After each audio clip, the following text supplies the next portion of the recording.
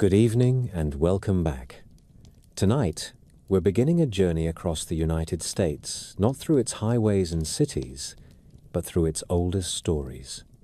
Every state has legends that people have whispered for generations, some born out of history, others out of fear, and some simply from the need to explain the unknown.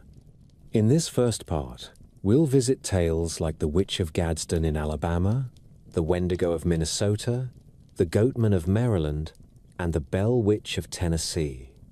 We'll also meet the Rougarou of Louisiana, Annabelle from Connecticut, the Puckwudgies of Massachusetts, and the eerie story of Cropsey from New York. These stories come from very different places. Indigenous traditions, colonial fears, urban legends, and even modern retellings, but they all reflect the anxieties and imaginations of the people who told them. As always, I'd love to know, where in the world are you listening from, and what time is it for you? Whether you're here to unwind, fall asleep, or simply wander through the past, I'm glad you're with me. Now, let's begin.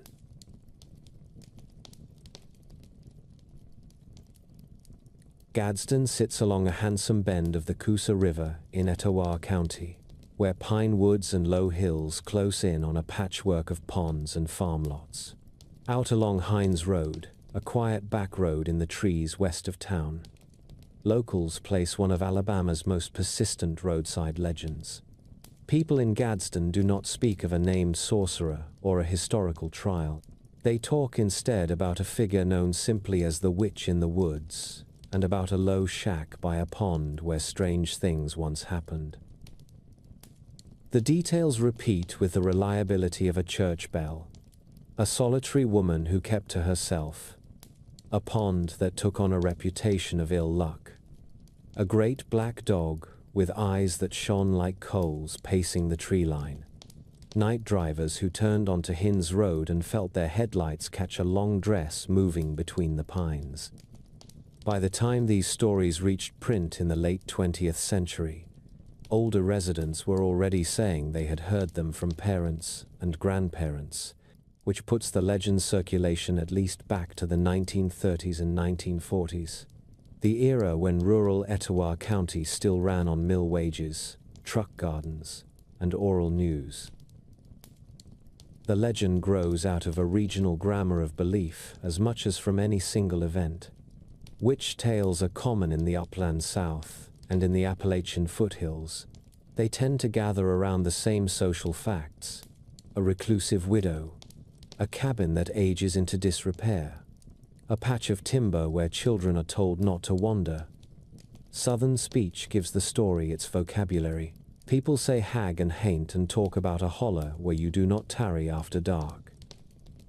The black dog is not incidental. Black dog apparitions belong to the old world baggage of British and Scots-Irish settlers, and they fit easily into Southern lore shaped by African-American conjure traditions and by the stern moral language of revival preaching. In Gadsden, the dog becomes the witch's companion and sentinel. It brings the legend down to ground level and puts it on the road, which is where most people meet it. That is why Hines Road matters. Roadside legends in the South thrive on narrow lanes, on unlit culverts, on a stretch of trees that briefly swallows the passerby. The landscape itself provides the stage, and the legend explains why the stage feels charged. Earliest traceable mentions in print come from local features, community newsletters, and later, the flood of web write-ups and podcast episodes that catalogue Alabama haunts. Those pieces usually do what visitors do. They put a finger on the map just outside Gadsden, repeat the core set of images, and report that people still go out there to test their nerve. Older Gadsden families add a few grounding notes. There was indeed an elderly woman who lived near a pond off that road. Her house fell into ruin after she died. A fire at the site years later gave the story a ready-made ending, and from then on the ruin was said to smolder because it had once held a witch. None of this appears in county case files or church minutes, which is its own sort of evidence. The story has the feel of a community caution rather than a record of a crime. It discourages trespass on private land. It warns children away from deep water. It marks a boundary where the town becomes woods and where strangers are more likely to be noticed. The Gadsden version also shows how legends borrow and trade motifs across county lines. Variants elsewhere in Alabama place a witch by a cemetery or beneath a bridge. Gadsden centers the pond and the dog. The constant is the road itself, which becomes the instrument that keeps the legend alive. Young drivers go out and tell the next group what they felt on the shoulder there, and each retelling fixes the coordinates a little more firmly in local memory. In this way, a very small geography acquires its own mythology. Hines Road is not simply a route between 2 points. In the local imagination, it is the address of a presence that explains the unease people feel in lonely places. That is how a story like this persists for generations, without written proof, and without the need for a definitive witness. It fits the place so well that it feels true, which in folklore is often what matters most. The story that Gadsden residents place on Hines Road is built from a small set of recurring details that repeat across oral accounts, local write-ups, and broadcast retellings. The core narrative describes an elderly woman living alone in a shack beside a pond in the woods off Hines Road. In these tellings, she is remembered as a witch, sometimes said to have bargained away her soul, who kept a large black dog with fiery eyes that guarded the property. Variants add that she lured or seized children, and that townspeople eventually burned the shack after discovering terrible deeds. Those particulars appear almost verbatim in modern summaries of the legend and in recordings that collect Alabama folklore, which suggests a stable story pattern rather than an isolated contemporary rumor. When one looks for dates and places that can be fixed to maps and calendars, a few anchors are available. Hines Road itself is a real byway on the Gadsden side of Lookout Mountain, in the 35904 postal zone near Nokalula Falls. The state's Forever Wild program lists an 80-acre Hines Road outcrop tract of mixed hardwood and pine with sandstone shelves, which matches the rocky upland landscape that residents describe around the road and its spurs. Those open records place the legend's geography among a small cluster of ponds, rock outcrops, and second-growth woods where a single lane can feel unusually isolated after dark. The earliest traceable public mentions are not in 19th century court books or in early county histories, but in late 20th and early 21st century treatments that present the tale as local folklore. A widely circulated Alabama list of urban legends identifies a witch in the woods at Gadsden and situates her specifically on Hines Road, summarizing the claim that a woman there once said she had sold her soul and that her presence can still be felt by walkers today. A separate long-form post from July 2020 collects the motif of the shack by the pond and the black hellhound and outlines the alleged vigilante burning. A podcast episode recorded in January 2021 opens by placing the witch south of downtown Gadsden and specifically in the Hines Road woods, which shows how the story's landmarks are fixed in recent community retellings. A crowd-sourced catalogue of haunted places likewise lists Hines Road with the same language, again treating it as folklore rather than as a historical case. None of these sources provide a name for the woman or a dated police report.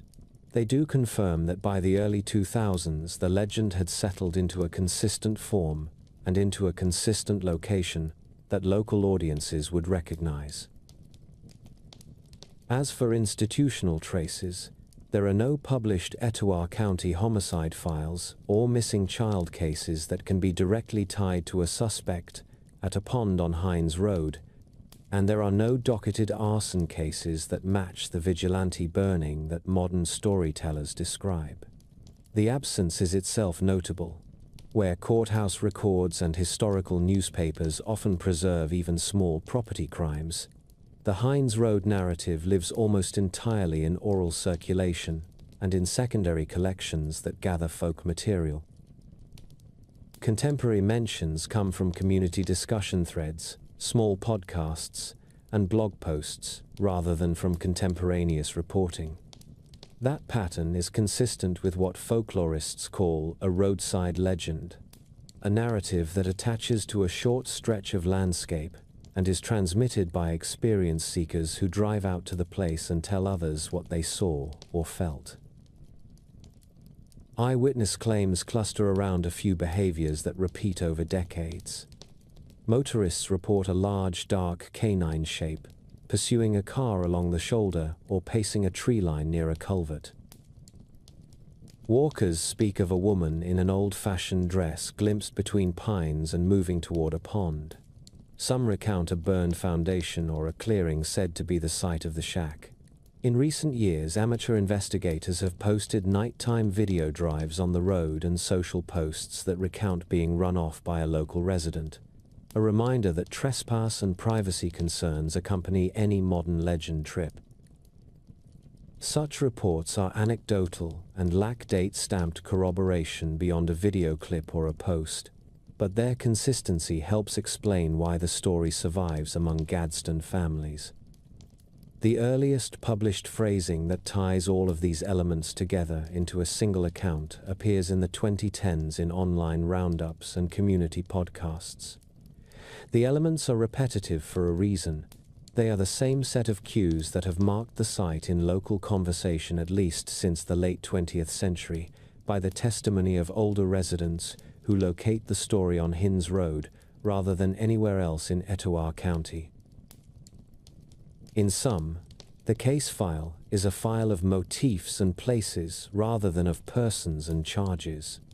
It contains a road that can be found on any map of Gadsden, an upland tract noted by the state for its outcrops, a pond and a shack that are now matters of memory, and a black dog that belongs as much to imported British and Scots-Irish folklore as to Alabama.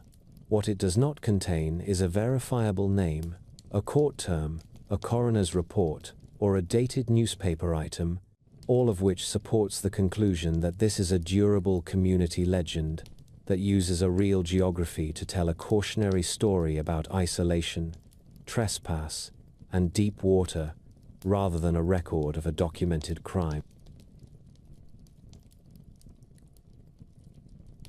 The figure that English speakers call the Wendigo belongs to the language and teachings of Algonquian-speaking peoples of the Upper Great Lakes, especially Ojibwe communities in what is now northern Minnesota. In Ojibwe, the word is Weendigu, with the plural Weendigug. Closely related forms appear among Cree as Witiko, and among Algonquin speakers along the Ottawa River as Windigo. The word carries a cluster of meanings that point to winter scarcity, the breaking of social bonds, and the taboo of cannibalism. In the most direct sense, it names a person who has become monstrous through hunger and greed. In a wider sense, it names a spirit that tempts people toward hoarding or toward harming kin when famine bites. In Ojibwe, teaching the antidote is communal obligation. You share meat and you keep company. Because isolation and selfishness are the first steps down a path that ends with a Windigu. That ethical frame matters as much as any description of a creature, because the story is less a bestiary entry than a hard winter rule for living with others. The oldest written traces appear in the Jesuit Relations, the annual reports sent from New France to Europe in the 17th century. Entries from the mid-1630s through the 1660s include notices of a man-eating spirit known among Algonquian peoples in the forests north and west of the St. Lawrence. Those passages show that French missionaries already recognized a named belief in a being that could possess a person in famine and turn him against his family. The reports do not mention Minnesota by name, which did not yet exist, but they fix the concept early and close by in the cultural world that later extended across the Great Lakes. By the 19th century, the word was appearing in English language accounts produced much closer to Minnesota.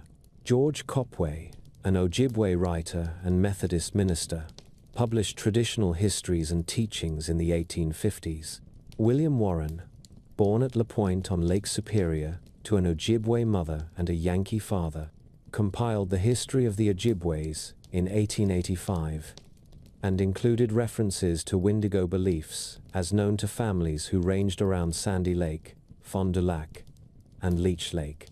These writers anchored the term in the very country where it still circulates today. Within Minnesota, the geography of the Wendigo is the geography of winter.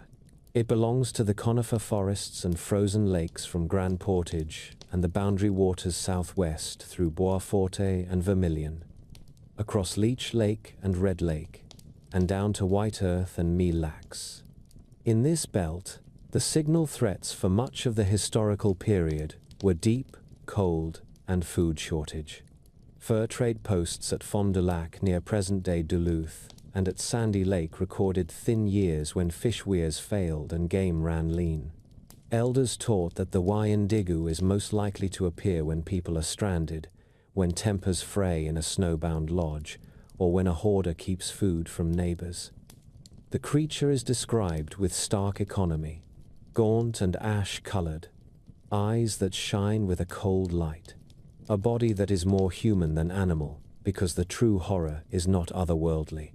It is the sight of a person who has let hunger and self-interest erase kinship. Ethnographic records from the turn of the 20th century give the clearest outside view of how communities spoke about the matter. Irving Hallowell's work with Ojibwe in the Northern Forest, although carried out mostly in what is now Manitoba from the 1930s onward, preserved teachings that were current across the wider Ojibwe world, including Minnesota. He wrote that people made a careful distinction between stories told for entertainment and stories told for instruction, and that Wendigo accounts belonged to the latter. Basil Johnston, an Anishinaabe teacher from Ontario, later emphasized the same point. A Wendigo is not a fairy tale. It is a warning about what desperate cold and a failure of generosity can do to a person. Elders also retained specific vocabulary for states of threat. A person who begins to speak oddly about meat or wanders from camp in severe cold might be said to be on the road to becoming Wendigo. Communities had rituals to pull someone back, and, in dark accounts from the 19th century, last resort remedies that involved killing a person judged to have turned in order to protect the rest. The word itself has traveled. The spelling Wendigo entered American and Canadian English through translators and traders who wrote phonetically what they heard. Fur men on the Lake Superior shore in the early 19th century used Wendigo and Wendigo. Mission presses printed Wendigo in primers for Algonquin speakers along the Ottawa. Modern Ojibwe orthography regularizes the long vowels, hence Wendigo. The translations are imperfect, which is part of the reason popular culture turned the figure into a generic winter monster without the moral core that native speakers intend.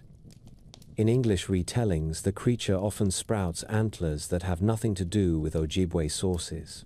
In Ojibwe usage, the focus remains on a person whose hunger has exceeded all limits, and who must be named so that communities can resist the pull of that example. Place names and institutions in Minnesota help fix the cultural frame.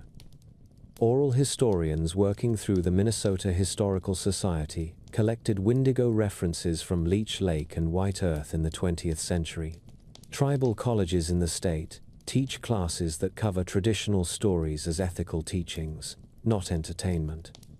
And there, the Wendigo is presented as a lesson in proper conduct during lean seasons. On the ground, the story carries practical advice. Travel in company on late winter ice. Share what you have when snares come up empty. Keep young people close to the fire when storms close the woods. In the North Country, these are not abstractions. They are instructions backed by generations of experience and made memorable by a word that people still know. The cultural context also includes the later outsider term, Wendigo psychosis, a phrase coined by Euro-American observers in the early 20th century to label cases where an individual believed he was becoming a cannibal spirit.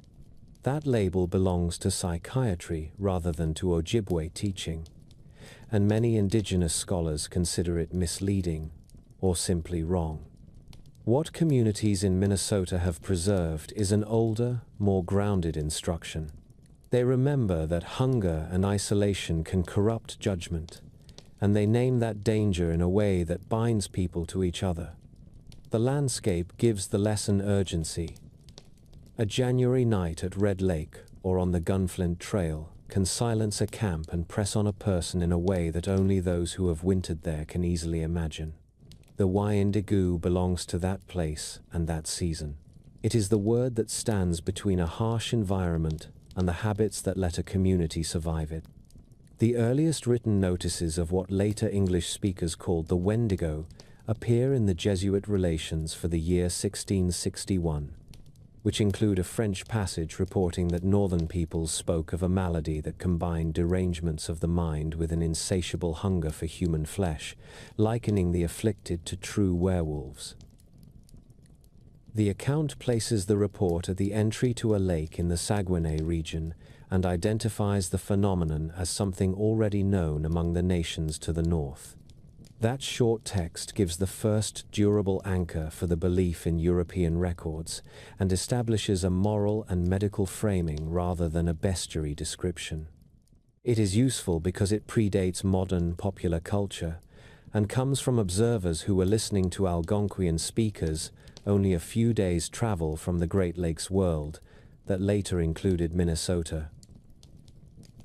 During the 19th century, the term entered the Minnesota record through the work of Ojibwe and mixed ancestry writers attached to the Minnesota Historical Society.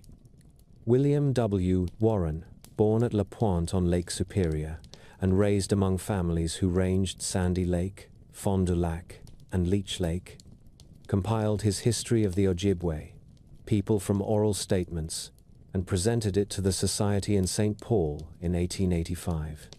Warren used Wendigo as a known belief with ethical force and situated it in the same northern forests and winter trails that define Minnesota's Ojibwe country. This is the first Minnesota-linked publication to treat the belief as part of a living system of teaching rather than as a curiosity.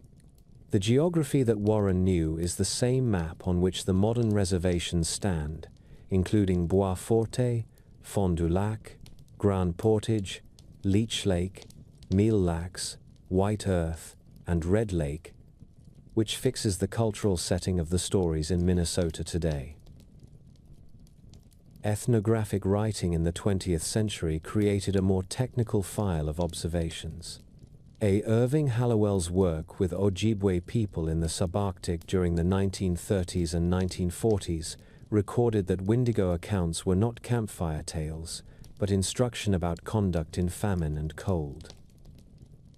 Robert Brightman's long analysis in ethnohistory in 1988 gathered earlier materials and sorted the historical record, showing that terms for cannibal monsters and for human beings who became such through famine are attested among Montagnais in the 17th century, among Cree in the early 18th century, and among Ojibwe by the early 19th century, while cautioning that the written record is not early enough to settle every question of origins.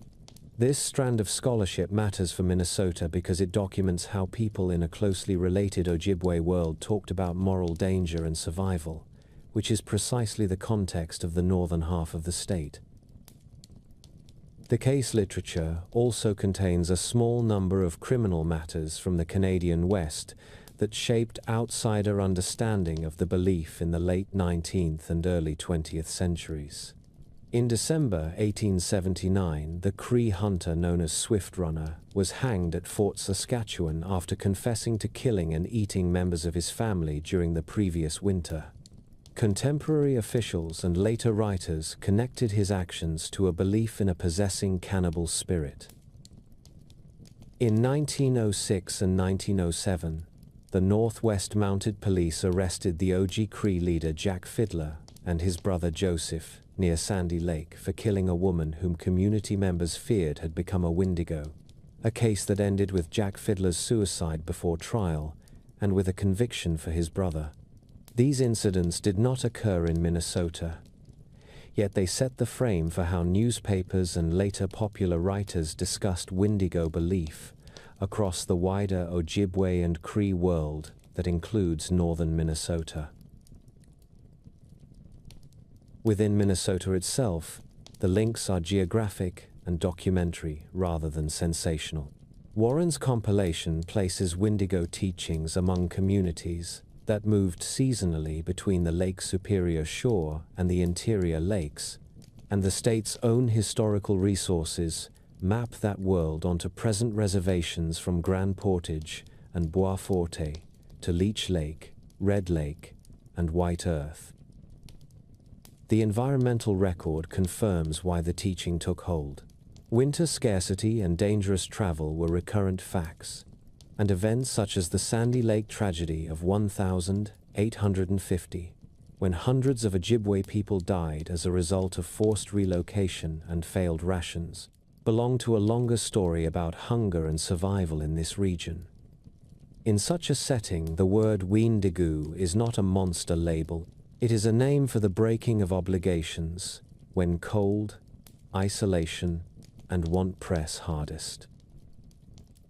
The modern psychiatric expression, Wendigo psychosis, entered the file through mid-20th century anthropology and psychology, most notably in a 1960 monograph by Morton Teicher that interpreted a set of northern cases as a culture-bound disorder. That label has been sharply qualified and often rejected by later scholarship. Louis Morano's dissertation and later articles argued that the classic examples do not support a discrete psychiatric syndrome, and that misreadings of indigenous categories played a role in the theory's long life. Brightman's review reached a similar conclusion and urged careful separation of emic terms from outsider diagnoses. In contemporary indigenous teaching, the emphasis returns to ethics and community obligations during periods of scarcity, which is the same tenor heard in the 19th century Minnesota materials. If one asks what is documented for Minnesota, the answer is a chain of sources that begins with 17th century missionary notices of an insatiable hunger spirit in the Great Lakes world, moves through an Ojibwe-authored history in St. Paul that treats Wendigo as an instructive belief, and continues through ethnography and critical scholarship that place the idea within the real conditions of northern winters. There are no Minnesota court cases of the Swift Runner or Jack Fiddler sort. There is a robust historical literature and a living vocabulary in communities from Mille Lacs to Leech Lake that continues to use the word to name a moral danger tied to hunger and greed, rather than an antlered monster from modern film. The Wendigo is best understood as a moral vocabulary anchored to the winter ecology of the upper Great Lakes, rather than as a creature in the menagerie of monsters. In Ojibwe teaching, it names the point at which hunger and selfishness have erased kinship. People use the word to talk about hoarding during famine, about acts that tear a camp apart, and about the way isolation corrodes judgment when the ice is thick and the woodpile is low. The stories put the danger into a vivid figure so that it can be named and resisted.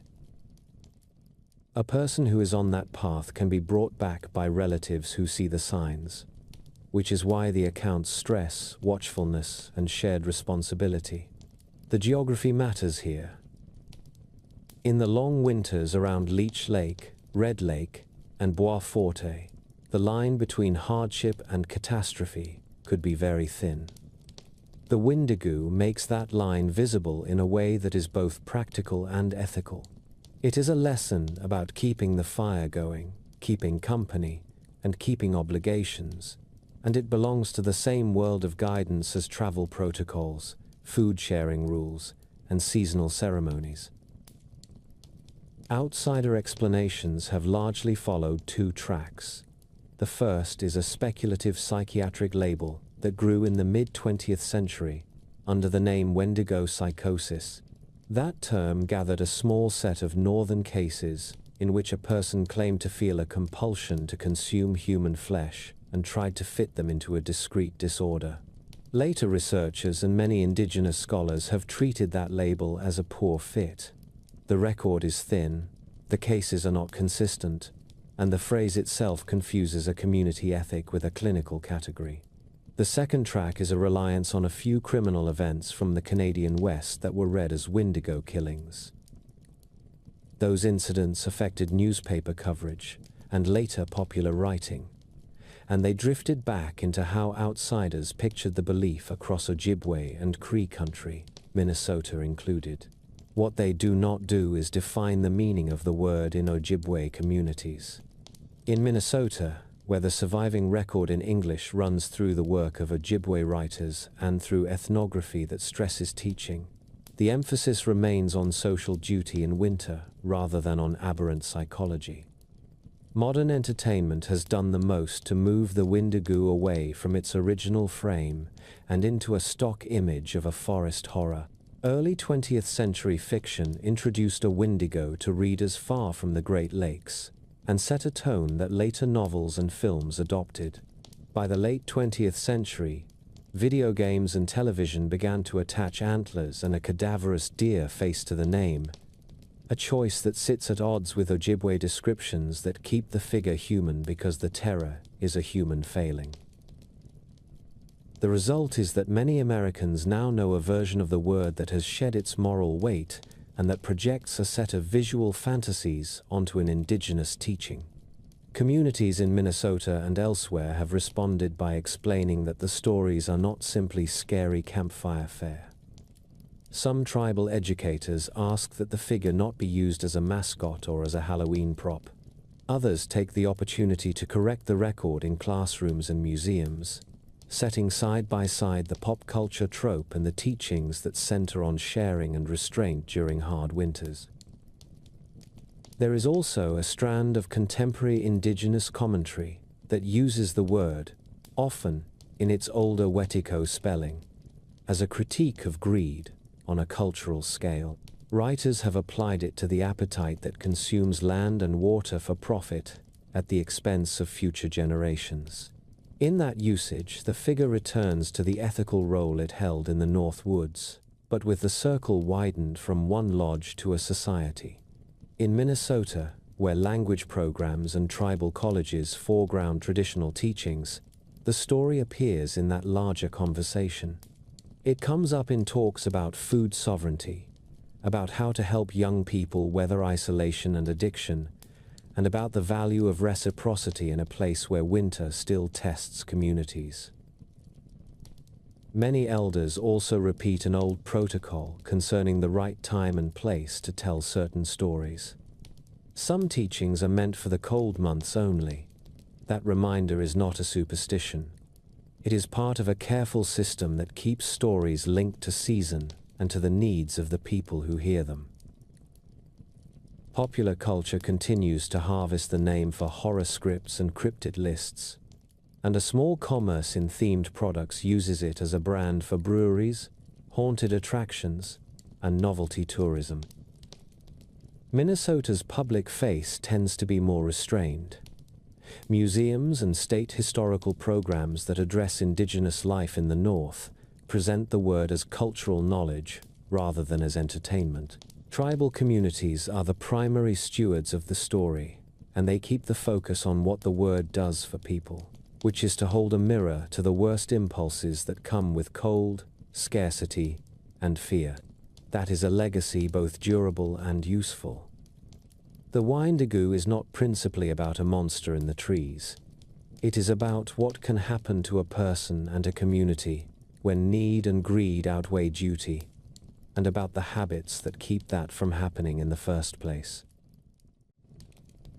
The Goatman of Prince George's County enters the record in the early 1970s. when a student project in the University of Maryland folklore course was filed into the campus archive and then noticed by a local reporter. In May 1971, the student George Lizama turned in an undergraduate collection that located a creature called Goatman on Tucker Road in Clinton and treated it as living oral tradition in the suburban woods just outside the capital.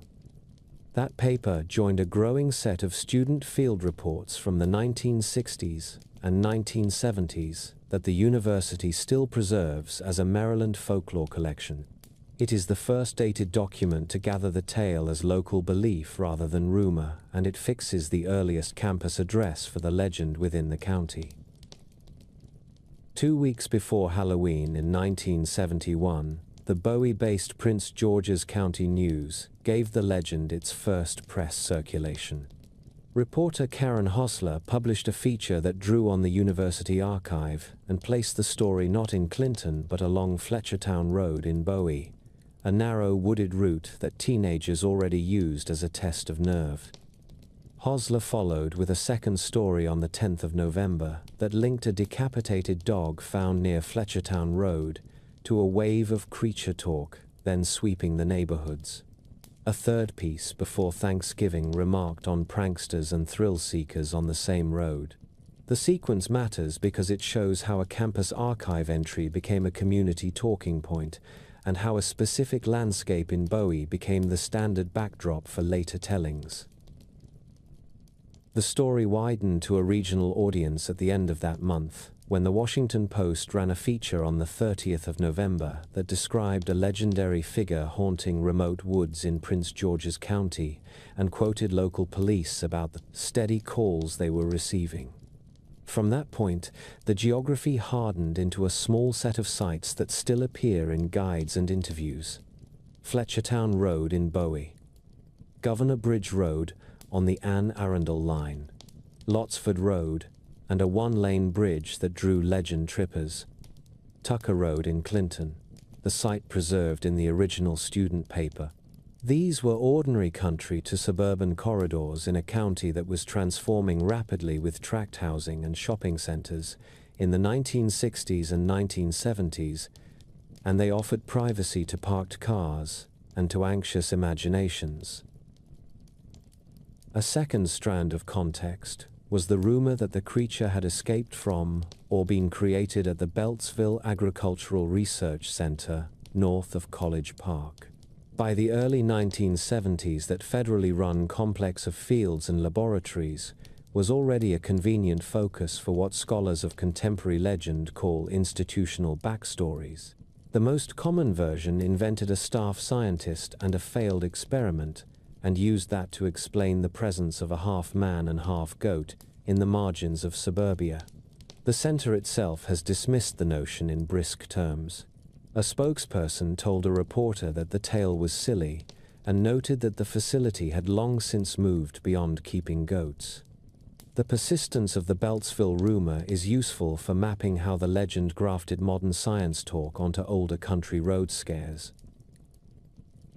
The cultural frame is textbook urban legend behavior, translated to a post-war Maryland landscape. As the county filled with young families and high schoolers received cars, a set of wooded lanes became lovers' lanes and then story stages. Local students and reporters repeated details and fixed names. University of Maryland faculty and archivists quietly kept the earliest paperwork, which shows both the Clinton version and the Bowie version circulating in the same year.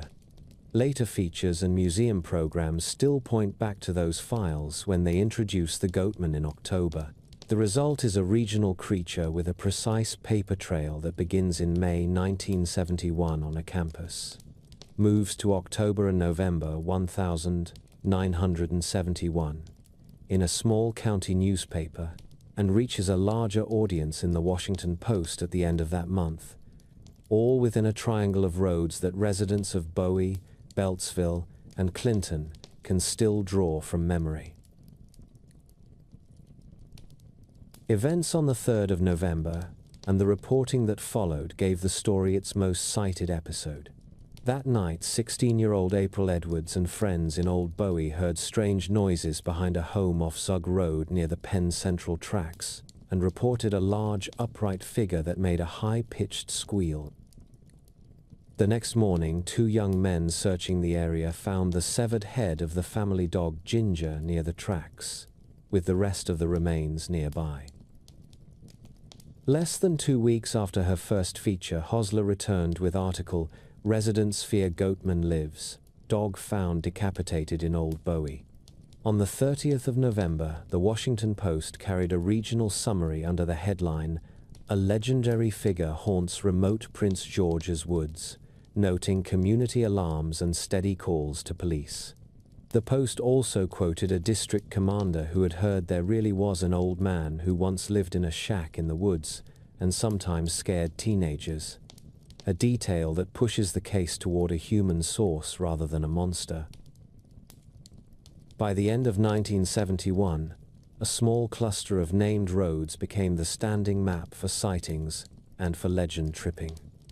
Fletchertown Road in Bowie and Governor Bridge Road nearby drew most attention. Lotsford Road in Mitchellville soon joined the set.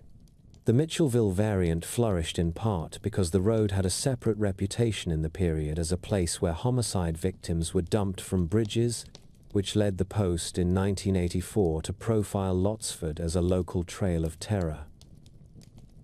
The Goatman label was fitted onto this pre-existing unease so that teenagers who told the boyfriend's death cautionary tale simply supplied a half-human antagonist and linked it to the same woods.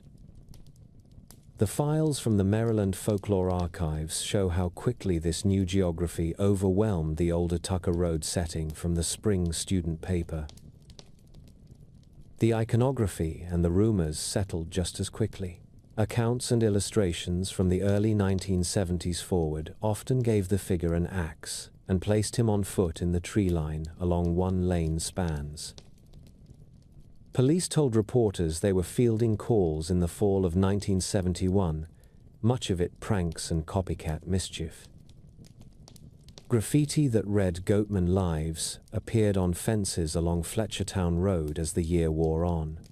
The Beltsville laboratory rumor hardened enough that by later features the federal facility was said to have issued denials.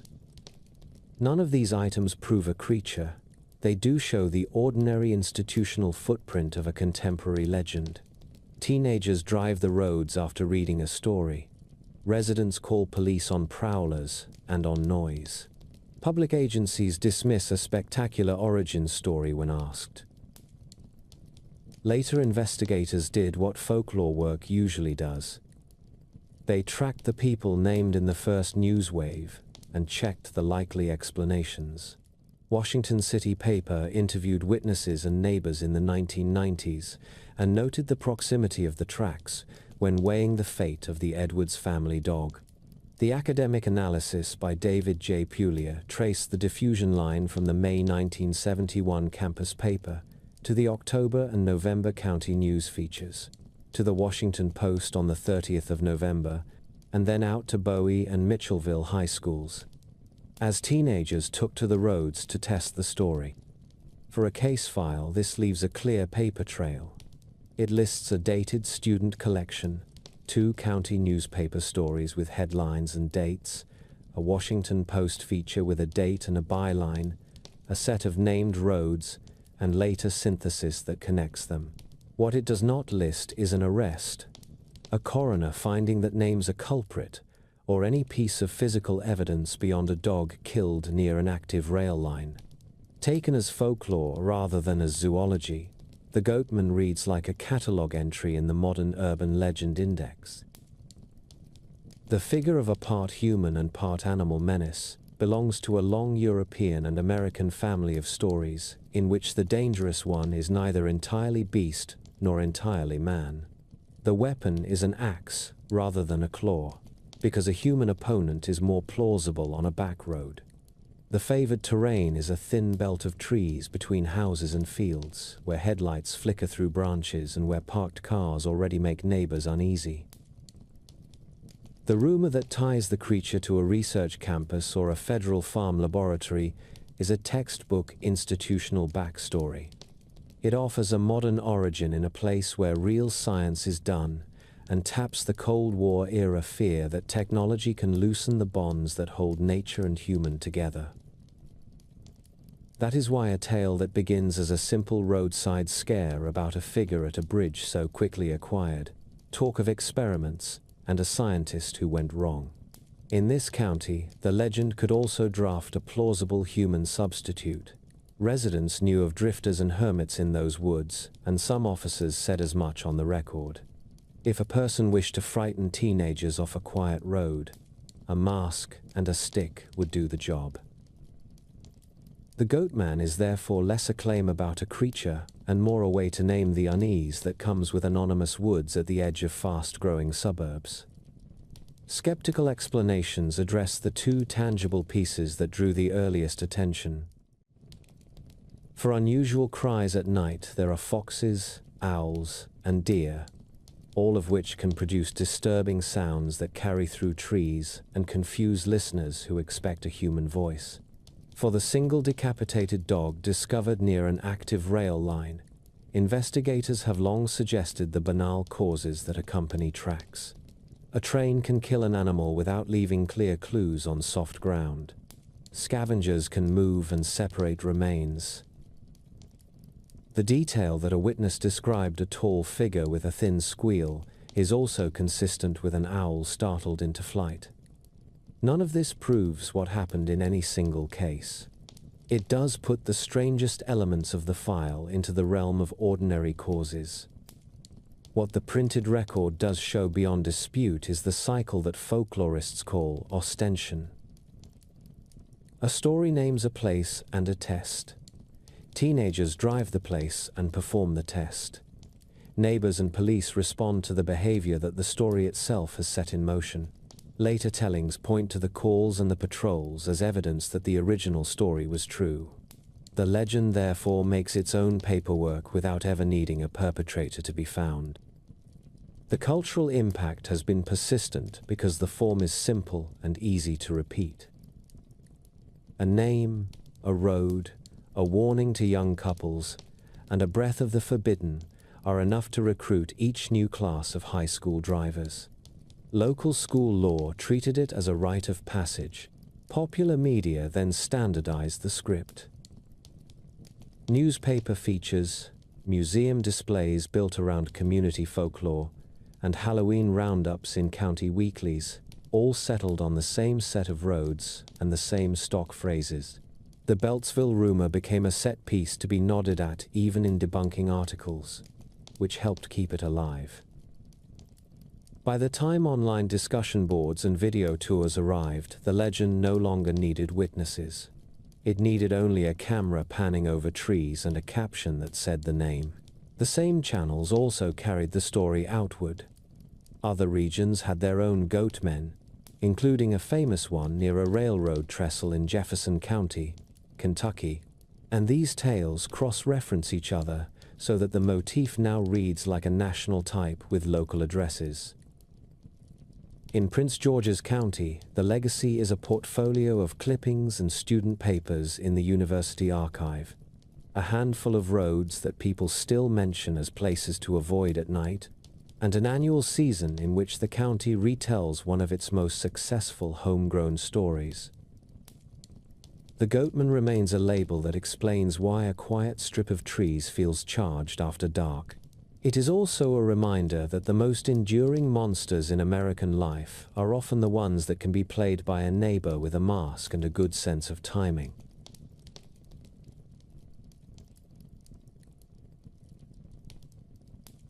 The story that later generations call the Bell Witch begins with a real family on the Red River in northwest Robertson County, Tennessee.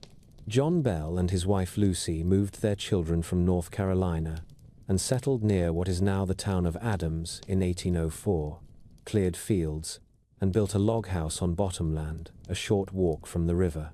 Local memory places the household at the center of a sequence of disturbances that ran from 1817 to 1821, and that were described not as an animal or a vague presence, but as a speaking intelligence that identified itself, answered questions, and singled out members of the family for attention.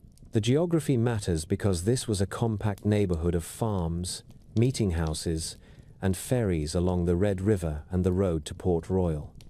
Neighbors could and did gather at the bells to hear the voice. That is the picture later sources preserve when they speak of people riding in from miles around to witness a phenomenon on a frontier farm near Adams. The earliest printed notice that historians can point to with confidence is a brief county history entry from 1886 in the Goodspeed volume on Tennessee. It sketches the affair without names beyond the Bell family, and says the manifestations were popularly known as the Bell Witch. It also fixes two anchors that recur in later accounts. First, that John Bell had settled near Adams about 1804. Second, that the entity was thought to be a female spirit which could converse, shake hands, tease children, and raid the sugar bowl and the quilts with a kind of perverse humor before turning foul-mouthed. The Goodspeed paragraph is important because it predates the flood of retellings, and it shows that by the late 19th century the story already circulated locally as a remarkable occurrence in Robertson County rather than as a traveling yarn from elsewhere. The book that fixed the legend for a wider public appeared 8 years later. In 1894, Martin Van Buren Ingram, a Clarksville newspaper editor, published an authenticated history of the famous Bell Witch. He framed his narrative around a manuscript called Our Family Trouble that he said was written by John Bell's son Richard Williams Bell, who would have been a boy during the events and an adult when he drafted his account. Ingram presented the manuscript as an eyewitness record and reprinted it within his book. Whether the diary as described ever existed as a freestanding document is a question that later researchers still debate, but Ingram's volume is the first extended treatment in print, and it remains the source from which most later versions have taken their chronology, their dialogue, and many of their scenes. It is also the main home of the famous visit by Andrew Jackson, a set piece that has not been traced to any independent Jackson-era source, and is widely regarded as an unverified embellishment. Vocabulary in the sources marks the cultural setting. Neighbors called the presence a witch, a spirit, and a talking goblin, and used the plain country word haint for a troublesome ghost. The entity answered to Kate and to Old Kate, and was linked in later tradition to a neighbor named Kate Batts. Ingram and those who followed him repeated that the voice knew scripture, sang hymns, and quoted gossip, and that it tormented the Bell's daughter, Elizabeth, called Betsy, while taunting John Bell and vowing to see him dead. Set against the rhythms of worship at nearby meeting houses and the moral language of the Second Great Awakening that had swept the Cumberland country only a few years earlier, the story reads like a frontier poltergeist drama, told in the idiom of Baptist and Methodist neighbors. The setting at Red River, with its ferries, mills, and winter gatherings, gave the tale a ready audience and a route into county talk. A notable feature of the record is what it lacks in the years when the events were said to occur. There are no known Robertson County newspaper items from 1817 through 1821 that name the bells or describe the voice. The printed trail begins with the Goodspeed history in 1886, and then expands dramatically with Ingram's book in 1894. From there, the legend enters 20th century life, with plays, radio dramatizations, and museum displays. The farm site itself later acquired a tourist focus around a limestone cave on the old property that became a destination for visitors, a development of the 20th century, rather than an element documented in the early sources.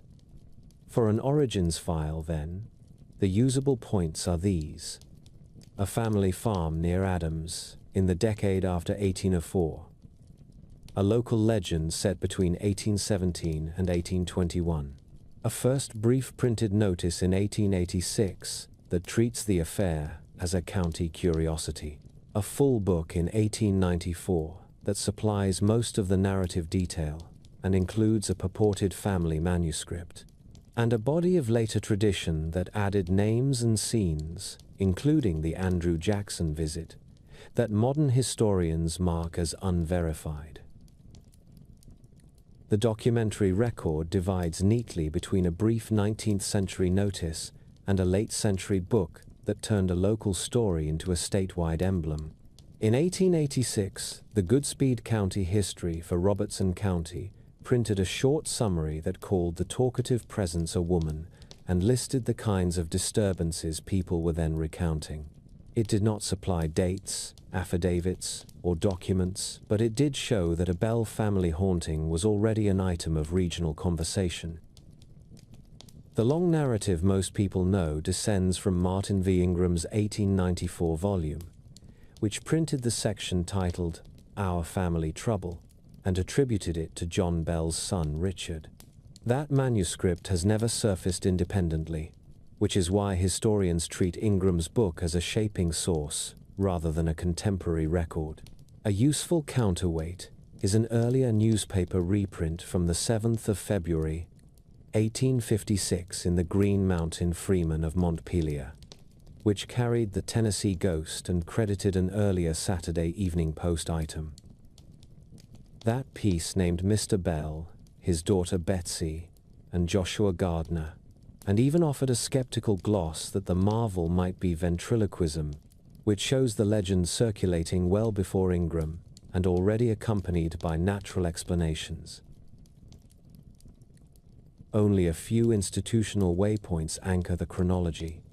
Church minutes for Red River Baptist Church record that John Bell was excommunicated in January 1818 after proceedings that cited usury and contempt. Those minutes survive in manuscript and microform cited by the Tennessee State Library and Archives and have been quoted in later compilations of the minutes. They do not mention a spirit, but they confirm a serious rupture within the congregation at the height of the disturbances. John Bell's death, on the 20th of December, 1820, is the fixed date most commonly accepted by Tennessee reference works. The 7-year return in 1828, which Ingram places as a quieter visitation to John Bell, Jr., again rests on the book rather than on a court file or a newspaper. Researchers who have combed local records note the absence of sheriff's reports or contemporary depositions that would verify attacks or poison inquiries, and they point out that the familiar Andrew Jackson episode lacks any corroboration from Jackson's own papers or movements. Interpretations tend to cluster around 3 frames. The first treats the case as a classic frontier poltergeist, with raps, seizures, mimicry of voices, and a focus on an adolescent girl, features that later psychical researchers would recognize. The second sees a story worked and reworked by print culture, beginning with the brief Goodspeed note and the 1856 newspaper item, then broadened by Ingram's book into a moral drama of piety, gossip, and suffering. The third is the local history frame, which keeps the landscape and the family names at the center, and accepts the tale as a community possession rather than as a solved mystery. Modern skeptical writers have pressed 2 specific claims. They argue that Ingram probably embroidered or fictionalized portions of his source material, and they underline that no independent manuscript of Our Family Trouble has ever been produced. They also note that the widely told Jackson visit cannot be reconciled with known schedules, and that the earliest surviving press account suggested a stagecraft explanation rather than a supernatural one. The story's afterlife is visible on the ground and in the calendar. A Tennessee Historical Commission marker on U.S. Route 41 at Adams acknowledges the site and signals the tale's formal place in state heritage. The old Bell Farm landscape now includes a privately operated cave attraction that offers tours and a small museum. Since 2002, the town has staged an autumn festival built around David Alford's play Spirit, performed on the grounds of the old Bell School, which stands on land once part of the Bell property. State-level public history venues present the account as legend rather than as verified case. and museum educators use it to introduce life along the Red River in the early Republic. In this way, the Bell Witch lives on not as a solved file but as a piece of Middle Tennessee identity, a story told with a straight face, a skeptical eyebrow, and a marked awareness that the best documents we possess are late, and that the earliest newspaper to print the tale also offered a naturalistic answer.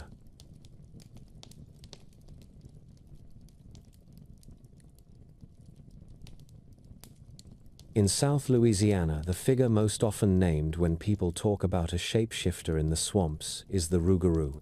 The legend is strongest in the Cajun and Creole parishes along the lower Bayou Lafourche and the bayous of Terrebonne Parish, with related talk in parts of Greater New Orleans and across Acadiana, where sugarcane, marsh, and cypress give the landscape its shape.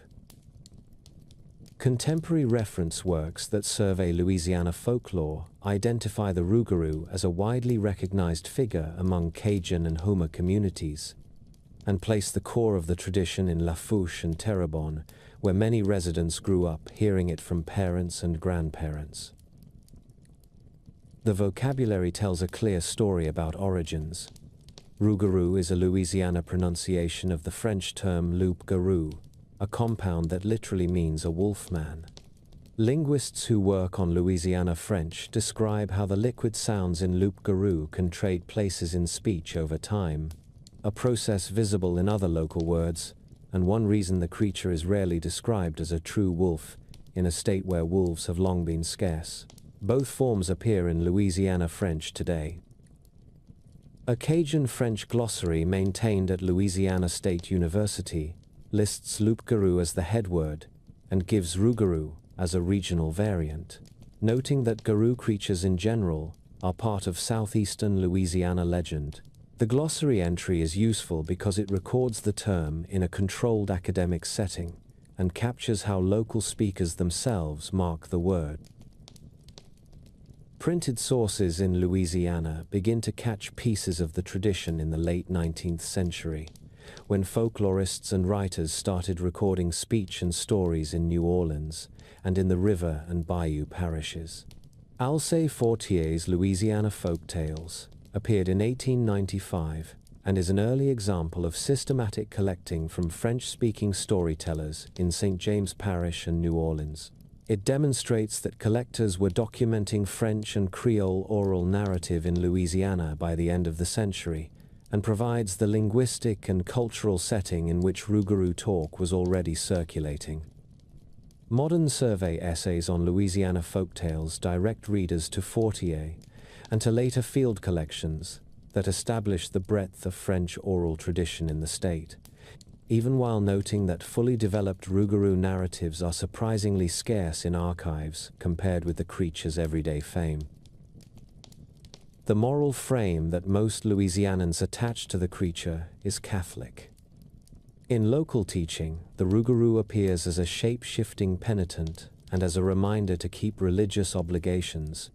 Current scholarship that summarizes fieldwork and oral testimony describes the figure as a cursed being who seeks to pass the burden to another and so escape, with details that include the idea of a year and a day or 101 days of secrecy and abstention before relief comes. The same sources stress that the Rougarou is used by parents to enforce curfew and by elders to wrap moral advice in a night story. This is not a monster catalogue entry about a predator. It is a local way to speak about sin, secrecy, and community rules that fit life in parishes where the church calendar and the cane harvest still shape the year. Geography gives the legend its look. In Louisiana, retellings the creature roams cane fields, bayou banks, and spoil levees rather than alpine forests. Scholars have pointed out that the animal vocabulary follows the environment. With wolves absent, tellers reach for nearer forms and give the Rougarou the head of a dog or some less distinct bestial face. That local fit is one reason the figure remains useful in conversation. It belongs to the swamps and to the waterlogged edge between town and marsh, where young people gather, and where a parent needs a story that can travel on a dark two-lane road. The public record also shows how the name has moved from household talk into civic presentation. The Audubon Zoo adopted a costumed rougarou figure in 2000, a bit of staged folklore that signals how quickly a once private warning to children became a public emblem in New Orleans. In Homer, an autumn festival now uses the creature as a mascot for coastal education and erosion awareness, a choice that anchors the name to the very wetlands that gave it context.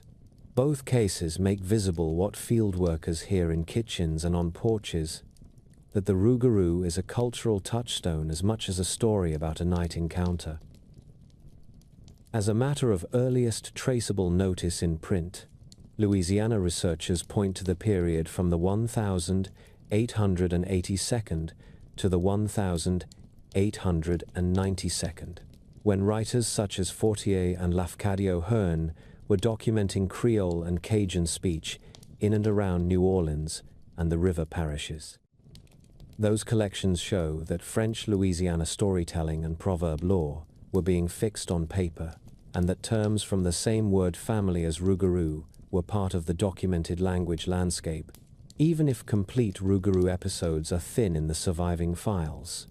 Reference essays from Louisiana humanities organizations explicitly call attention to this gap, reminding readers that the best witness to the legend remains the living tradition of Cajun and Homer speakers, rather than a tidy stack of archival tales.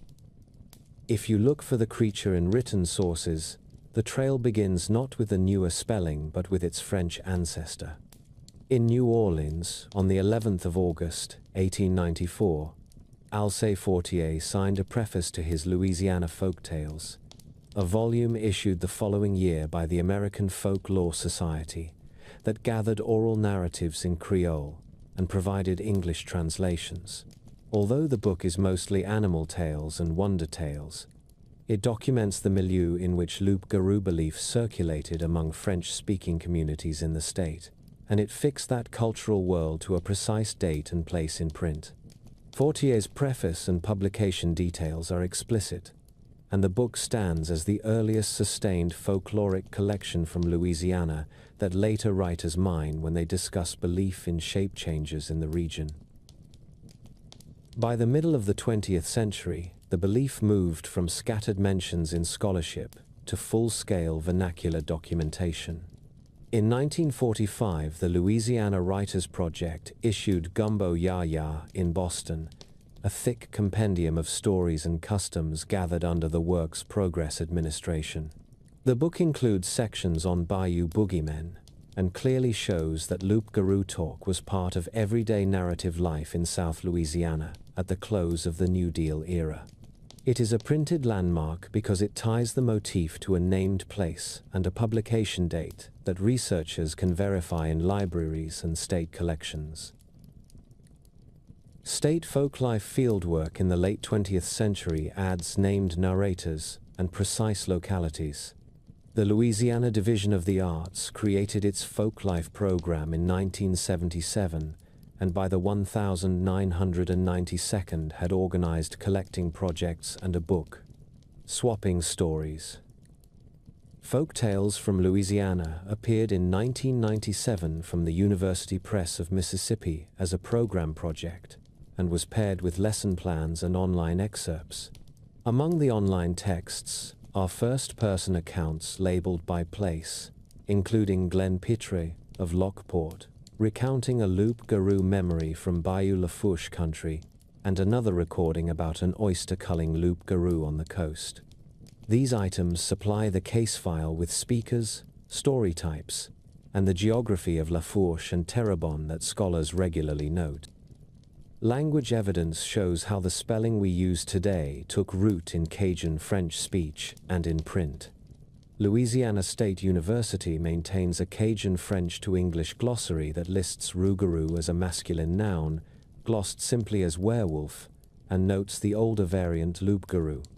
The entry demonstrates that both forms are live vocabulary in Louisiana French, and that the spelling rougarou is not an internet novelty but a recorded local usage. Contemporary encyclopedic work by humanities scholars helps pin the map and the present timeline. The 64 parishes encyclopedia entry on the Rougarou, published on the 31st of July, 2024, specifies that most accounts circulate among Cajun and Houma communities in Lafouche and Terrebonne parishes, and remarks on the relative scarcity of wolves in the region, a useful ecological clue for why local descriptions often compare the figure to a dog or even an owl. The same entry records a firmly dated institutional sighting of the creature in public culture. The Audubon Zoo in New Orleans has kept a resident costumed rougarou on grounds since the year 2000, which fixes a minimum date for museum and zoo adoption of the figure as a teaching and entertainment device. Festival records provide the newest dated milestones. Organizers in Houma in Terrebonne Parish developed Rougarou Fest as a fall event to benefit the South Louisiana Wetlands Discovery Center. Press coverage in September 2012 announced the first fest in downtown Houma and described the family program and Croué Garou parade, while a 2022 feature in Country Roads magazine spoke of the event's inception in 2011 and its post-storm return at the Discovery Center campus. The precise articles give us named outlets, dates, and the city, which is often missing when this story is told informally. Finally, a realistic case file needs to note what is not present.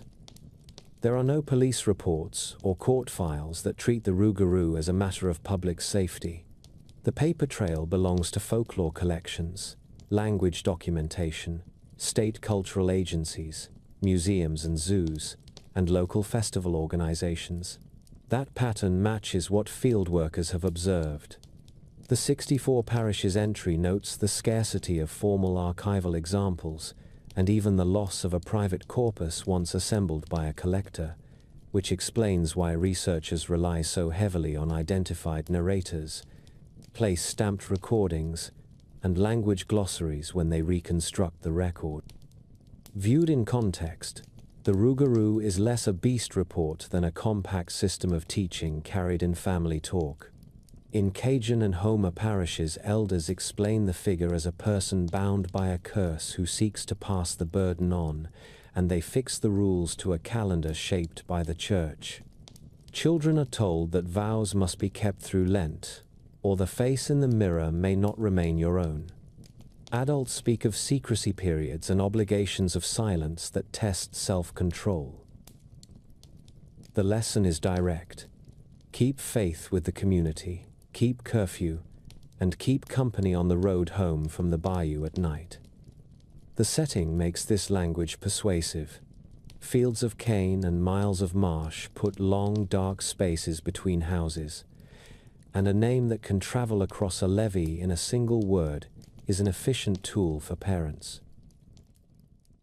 Skeptical readings point to the ordinary features of the landscape and to the intended audience. Night sounds in cypress and palmetto, the cries of barred owls, the movement of feral dogs along spoil banks, and the simple tricks of reflected light on canal water are enough to supply the raw material for a shapeshifter if one is expected. Families use the story to regulate behavior in places where canals, snakes, and trespass hazards are common.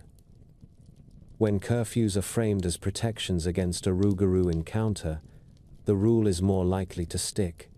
On this reading, the legend functions as a practical code that keeps people out of ditches and off private levee roads, rather than as a zoological claim. The figure also shows how an old world word adapts to a new world environment.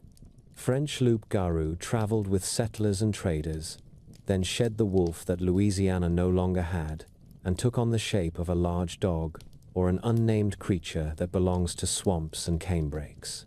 Catholic moral language provided the script, and local geography provided the stage.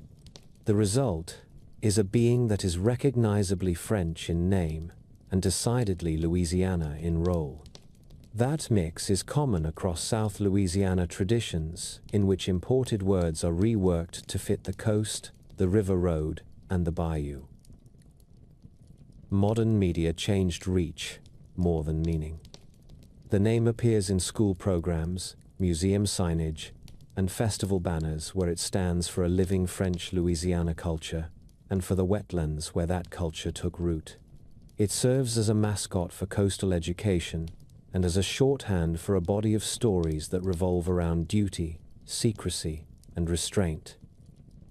The same visibility calls for care. Community leaders and culture bearers often remind visitors that the rougarou is not a costume alone. It is a house rule shaped by faith and landscape, and is best presented with that grounding intact. For scholars, the archival picture is uneven. Early collectors in Louisiana captured French and Creole narrative in the late 19th century, and state field programs in the later 20th century recorded named tellers in La Fourche and Terrebonne. Yet the number of complete rougarou episodes in print remains smaller than casual familiarity would suggest. That scarcity reflects collection history more than cultural weight.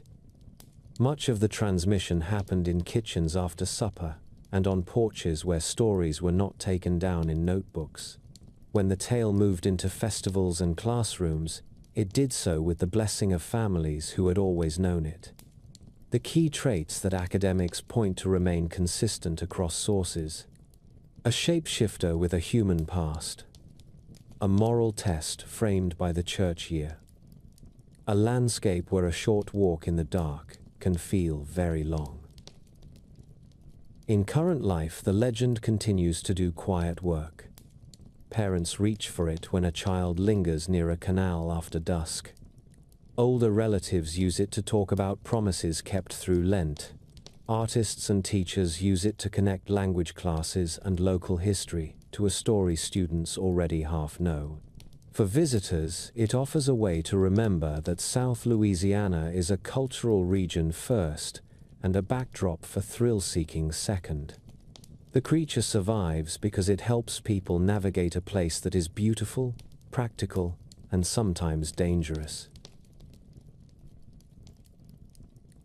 The object at the center of this story is not porcelain or theatrical. It is a store-bought Raggedy Ann rag doll from the era when Johnny Gruelle's red yarn-haired character had already been in American homes for generations. Gruelle created Raggedy Ann in 1915 and introduced her to the public in the 1918 book Raggedy Ann Stories, after which manufacturers produced the doll in great numbers.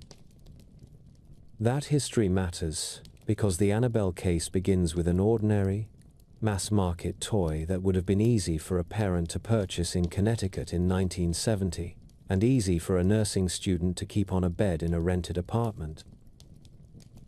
According to the version that Ed and Lorraine Warren began telling in the 1970s and later published, the case opened in 1970, when a 28-year-old nursing student named Donna received a Raggedy Ann doll from her mother.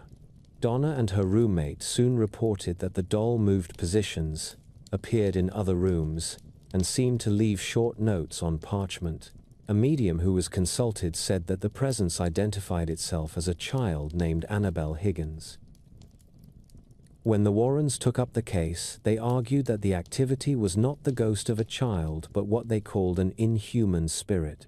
In their vocabulary, the sequence fit a familiar order of infestation, oppression, and the search for possession, and a Catholic priest was brought into the process. A detailed public telling of this outline appeared in a 2014 talk reported by the New Haven Register, which recapped the dates, the names used in the story, and the steps that led the Warrens to remove the doll from the apartment.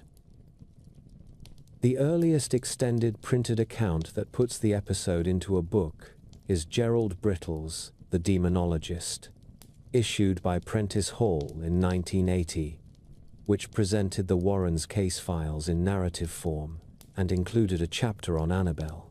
Whatever versions circulated on lecture circuits in the 1970s, This volume is the first reliably dated publication that fixes the case to a named source and to a publisher. Later reprints in the 21st century have kept the material in circulation and have made the Annabelle chapter the best-known example of the Warrens category of a manipulated object. Geography helps to place the story in the state. The apartment where the phenomena were said to occur is located in the Warrens' telling within the ordinary life of nursing students in the Hartford area in 1970. The removal of the doll places the case in Monroe, where the Warrens lived and where they arranged the occult museum inside their Knollwood Street home. The museum displayed the Raggedy Ann in a wood and glass case with a printed warning, an arrangement that made the object itself the public face of the case for decades. Monroe's local outlet, the Monroe Sun, reported in 2019 that the museum had been closed by the town for zoning reasons because a museum was not a permitted residential use. That status explains why the artifact now appears mostly in off-site presentations, while remaining associated with Monroe and with the New England Society for Psychic Research, the organization the Warrens founded in 1952. As a folkloric object, Annabelle is a useful example of how a modern Catholic demonology, vocabulary, and a consumer-era toy can generate a durable narrative. The Warrens spoke in the language of priests and sacraments, and used the terms of their field to describe a sequence that ended not with a house blessing alone, but with the permanent custody of a physical thing. Connecticut writers who treat the state's paranormal heritage have kept the Hartford origin date, the Warrens' response, and the Monroe repository together as a single unit, and they note that the doll is still presented today as part of talks and traveling museum programs, rather than as an exhibit open daily to the public. For purposes of origins and context, the anchors are therefore straightforward. A 1970 episode in the life of two nursing students, as told by the Warrens. A first extended print appearance in 1980 in a book about their work, and a home museum in Monroe that gave the story an address from the late 20th century to the present, even as public access is now limited by municipal rules. The first extended appearance of the episode in print is in Gerald Brittle's The Demonologist, The Extraordinary Career of Ed and Lorraine Warren, published by Prentice Hall in 1980. Brittle organized the Warrens' accounts into case chapters and included the Annabelle narrative with the Hartford date and the reasoning that the couple used in their investigations.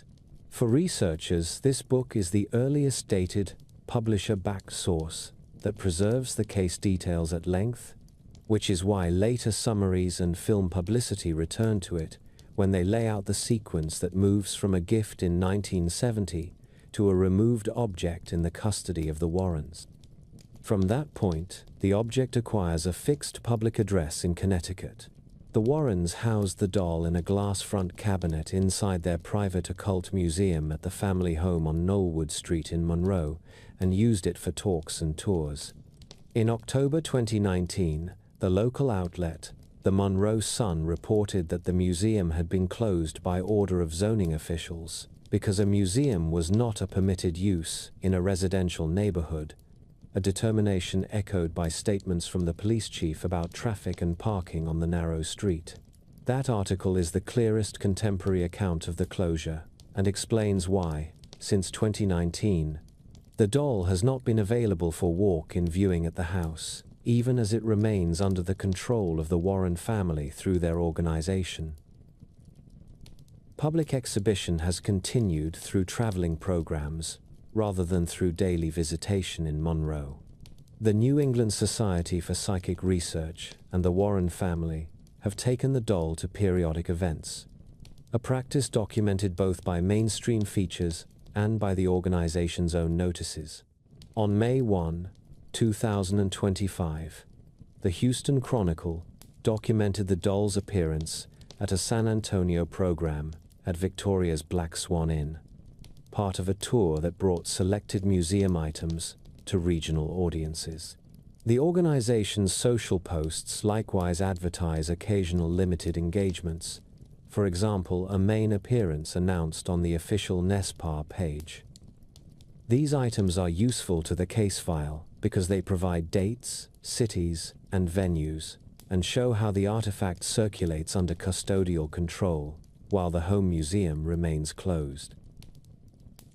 The case file also contains a cycle of rumors and replies that demonstrate how the object functions in today's media environment.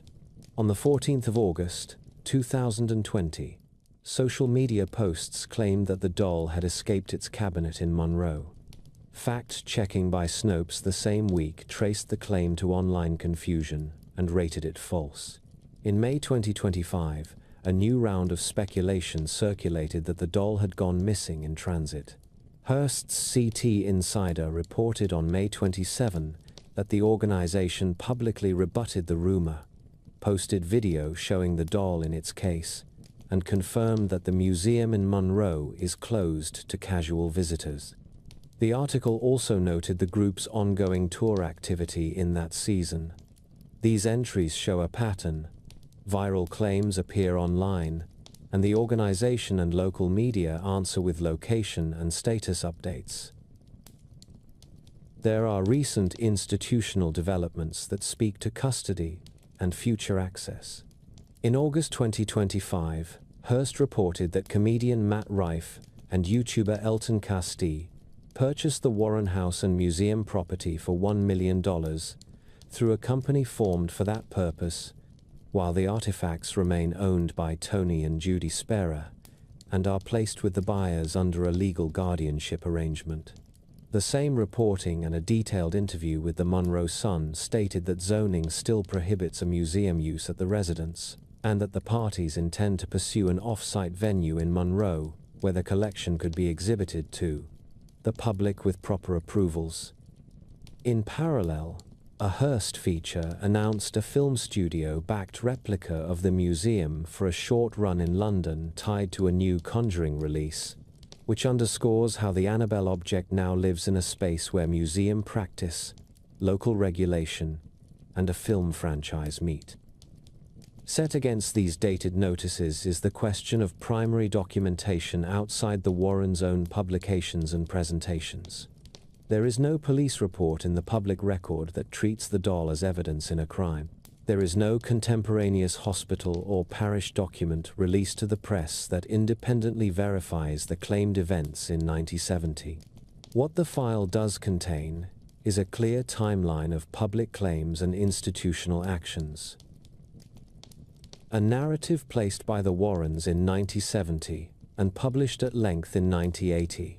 A Monroe address for the artifact that was closed to public visitation in 2019 by town order. A record of traveling exhibits documented by mainstream news and by organizational announcements. A string of rumor cycles in 2020 and 2025 met with public debunks. And as of the summer of 2025, a property sale and stated plans to open a new venue under local zoning rules. Those are the items that can be verified in print today, and they define how the Annabelle case functions as an object-centered folklore story in Connecticut. As folklore, the Annabelle narrative is best read as a modern possessed object story, shaped by Catholic vocabulary and by the availability of a mass-market toy. The object is plain cloth and yarn, and carries the cultural baggage of Raggedy Ann, a character created by Johnny Gruelle in 1915 and introduced to the public in 1918. That ordinariness is part of the effect. A familiar child's doll becomes the stage for talk of infestation and custody, and the transition from plaything to protected artifact gives the tale a physical center that can be exhibited, stored, or borrowed for a program. The earliest long-form print for the case sits in Gerald Brittle's The Demonologist, published in 1980 by Prentice Hall, which fixed the Warrens' demonological reading in a trade book and ensured that later tellings would follow its chapter structure and sequence. Skeptical treatments focus on method and documentation rather than on the doll itself. The New England Skeptical Society's 1997 essay, Hunting the Ghost Hunters, described the Warrens' approach as the collection of anomalies rather than the testing of claims, and it argued that the couple offered no replicable evidence for their conclusions. Writers in the skeptical press have since used Annabelle to illustrate how attention migrates from claims to curation. When phenomena are not independently documented, the museum case, the blessing rituals, and the warnings become the proof on offer. In recent years, Kenny Biddle's columns in Skeptical Inquirer continued this line by treating haunted dolls as a class of claims to be investigated with ordinary controls, and by pointing out how stagecraft, suggestion, and narrative framing can account for much of what audiences report. None of this settles what the original roommates believed they saw. It does show that outside investigators have long asked for records that do not exist in public archives. The object's legacy in film is clear and measurable. A porcelain stand-in has anchored a studio franchise that gives the name a global audience and returns periodically to theaters. The first film, Annabelle, opened in the United States on the 3rd of October, 2014.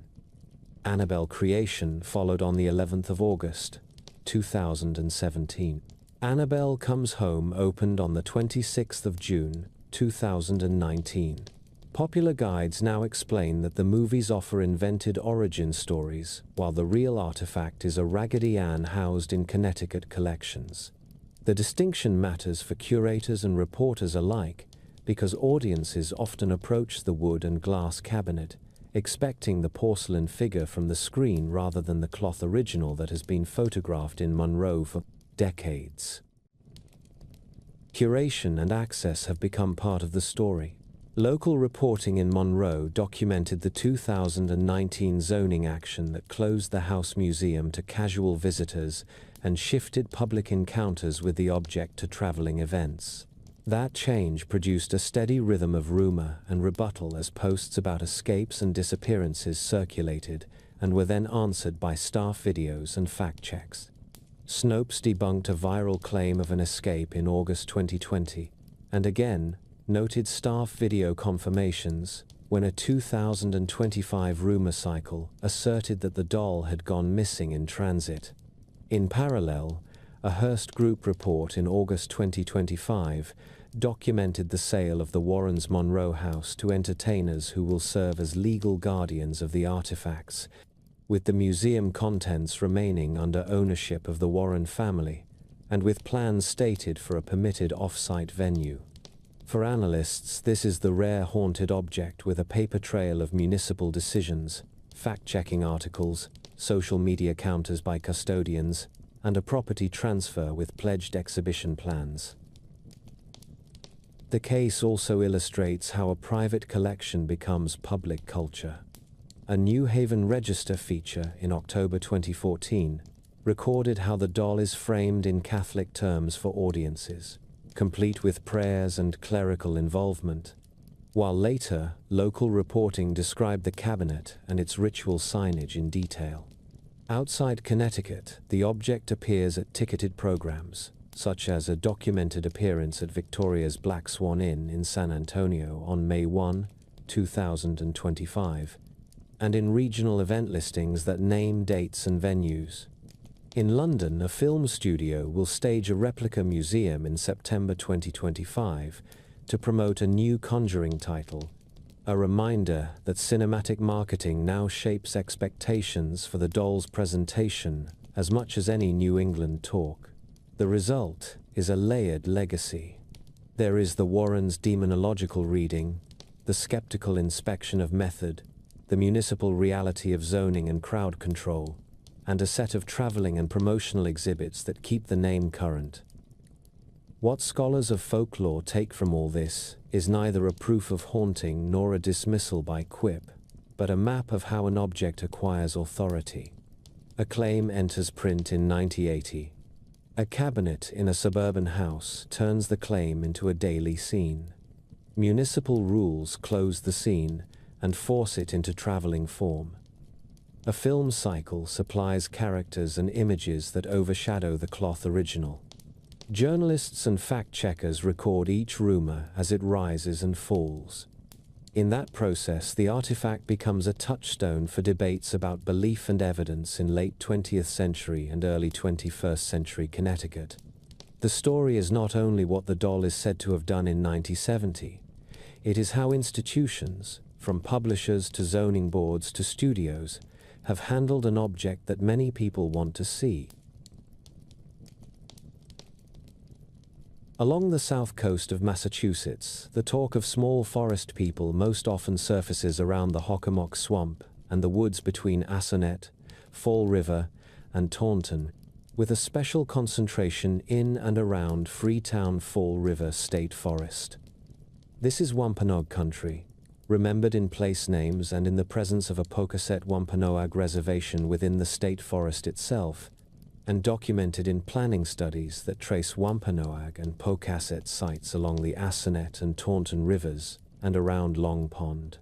The state describes a 5,000-acre forest with miles of trails and a Wampanoag reservation inside its bounds, while a Commonwealth reconnaissance history for the town of Freetown notes continuous native presence, a 17th-century trail that later became the principal road, and the 1,659 purchase by English settlers that opened the way to colonial occupation.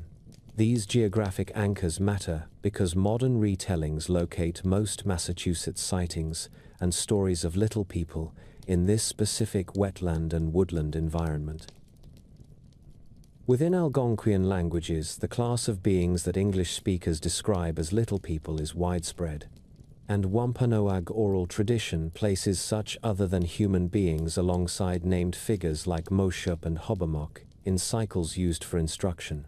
A reliable summary of that teaching tradition, based on Kathleen Bragdon's scholarship on Southern New England peoples, emphasizes the centrality of orality among Wampanoag communities and lists little people among beings that carry specific powers and are linked to places and seasons. The point is not to turn a story into a natural history entry, but to mark that Wampanoag narrative practice includes small, powerful persons who share the woods and shores with human families, and who figure in lessons about conduct and respect. That is the cultural frame into which the modern word fits in Massachusetts. The English word pukwudgie and its variants appear in print first in Great Lakes materials, rather than in New England newspapers. In 1839, Henry Rowe Schoolcraft published Algic Researches, a 2-volume collection of native narratives gathered largely from Ojibwe sources, and rendered a word he glossed as little wild man of the woods that vanishes, a term he spelled pukwudge-inene. Schoolcraft's books were widely read and fed the imagination of the era. In 1855, Henry Wadsworth Longfellow issued the Song of Hiawatha, an epic poem that he expressly based on Schoolcraft's Ojibwe materials, and in his verses he sent small trickster beings onto the stage under the name pukwudgies.